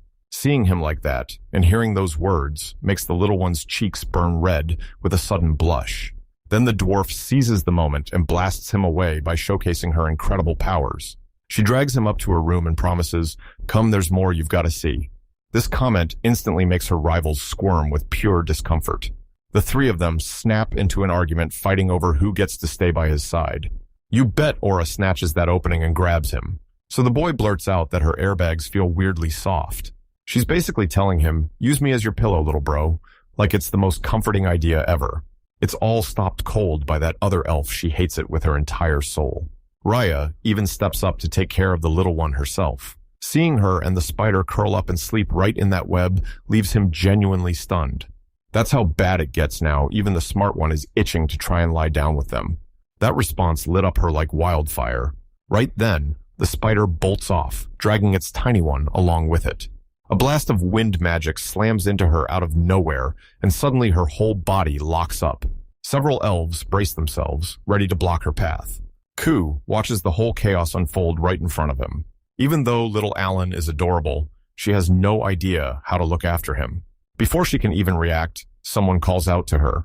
It's the little master, who lights up her face with a compliment about her hair and tells her that the clothes from his country would look perfect on her. And that little rascal straight up asks the big girl if she'll wear those clothes for him. This question detonates her embarrassment so hard she can't even breathe. Then the swordswoman hears him, confirms it on the spot, and a whole burst of catch-up shoots out of her nose. Rin can't believe how rattled her master is, so one maid leans in and tells her, "Don't worry, this is totally normal." Soon, a stranger rushes in and hauls him into the room. Right in the middle of their brawl, he just dropped off and fell asleep, and that was the only thing that broke the fight. That moment snaps her decision into place. She drags him back to his own room. The young boy jolts awake and realizes someone is already tucking him into bed. And then he calls his friend to come with him because no matter how hard the manager tries to slip out, the little brother won't back down and won't stop until she's right there. She's left totally stunned, frozen in place, and scrambling to figure out what to do next. She's craving nothing but one thing sleeping right next to him. She finally caves to the little boy's relentless pressure. In the present, the reincarnated guy's cheeks go soft, and it hits him hard. Right after that, his companion shows up, swaps his clothes in a flash, and then he realizes he can't remember a thing. Then the shy one steals his nerves and spills the whole truth to protect his dignity. First, the girl rips off his clothes. And before you know it, he's slipped into a more childish outfit crafted by Raya herself. They drag him to face every one of his comrades, and the second he realizes the others already know, total shock rips through him. Every single one of them hurries to the village chief, wishing him a great day. So out of nowhere, they start coddling him like he's made of gold. All the girls instantly started treating him like he was made of glass. All this non-stop pampering has the transmigrated guy buzzing like, "Oh wow, my new harem life is gonna be insane." Something in his head still feels wrong, like it's screaming from the inside. All of them keep arguing over how to care for him so hard, they even end up making a pact over who's going to raise him. He thinks this is the trap meant to lock him away for good. And yeah, it's super easy pull the info out of him, then take the unbearable menace and somehow turn him into something adorable to solve the whole problem. The idiot thinks this is all a scheme to lock in their job security, and he's stuck like this for the next 2 months. Of course, this news lit a fire under his rage. The rascal suddenly remembers something wild Shotas are allowed to badger older people for the most shameless stuff. Everyone in that room hears the same question hit the air. Every single maiden rushes to scoop him into her arms because out of nowhere, maternal instincts explode in them all at once. And yeah, this just totally crushes him because it doesn't make him happy at all. Even that unbearable goddess, yes, that one steps up and offers to do it. It feels like they're trying to strip his life down and turn him into a kid, and the only way he survives is by grinding twice as hard so he doesn't wreck anyone's expectations. Because he's determined to do everything he can to get back to his true form while still making the most of this life as their son. With a sudden snap, the door swings open out of nowhere. He's stunned out of his mind, and just like that, a mysterious woman materializes out of nowhere.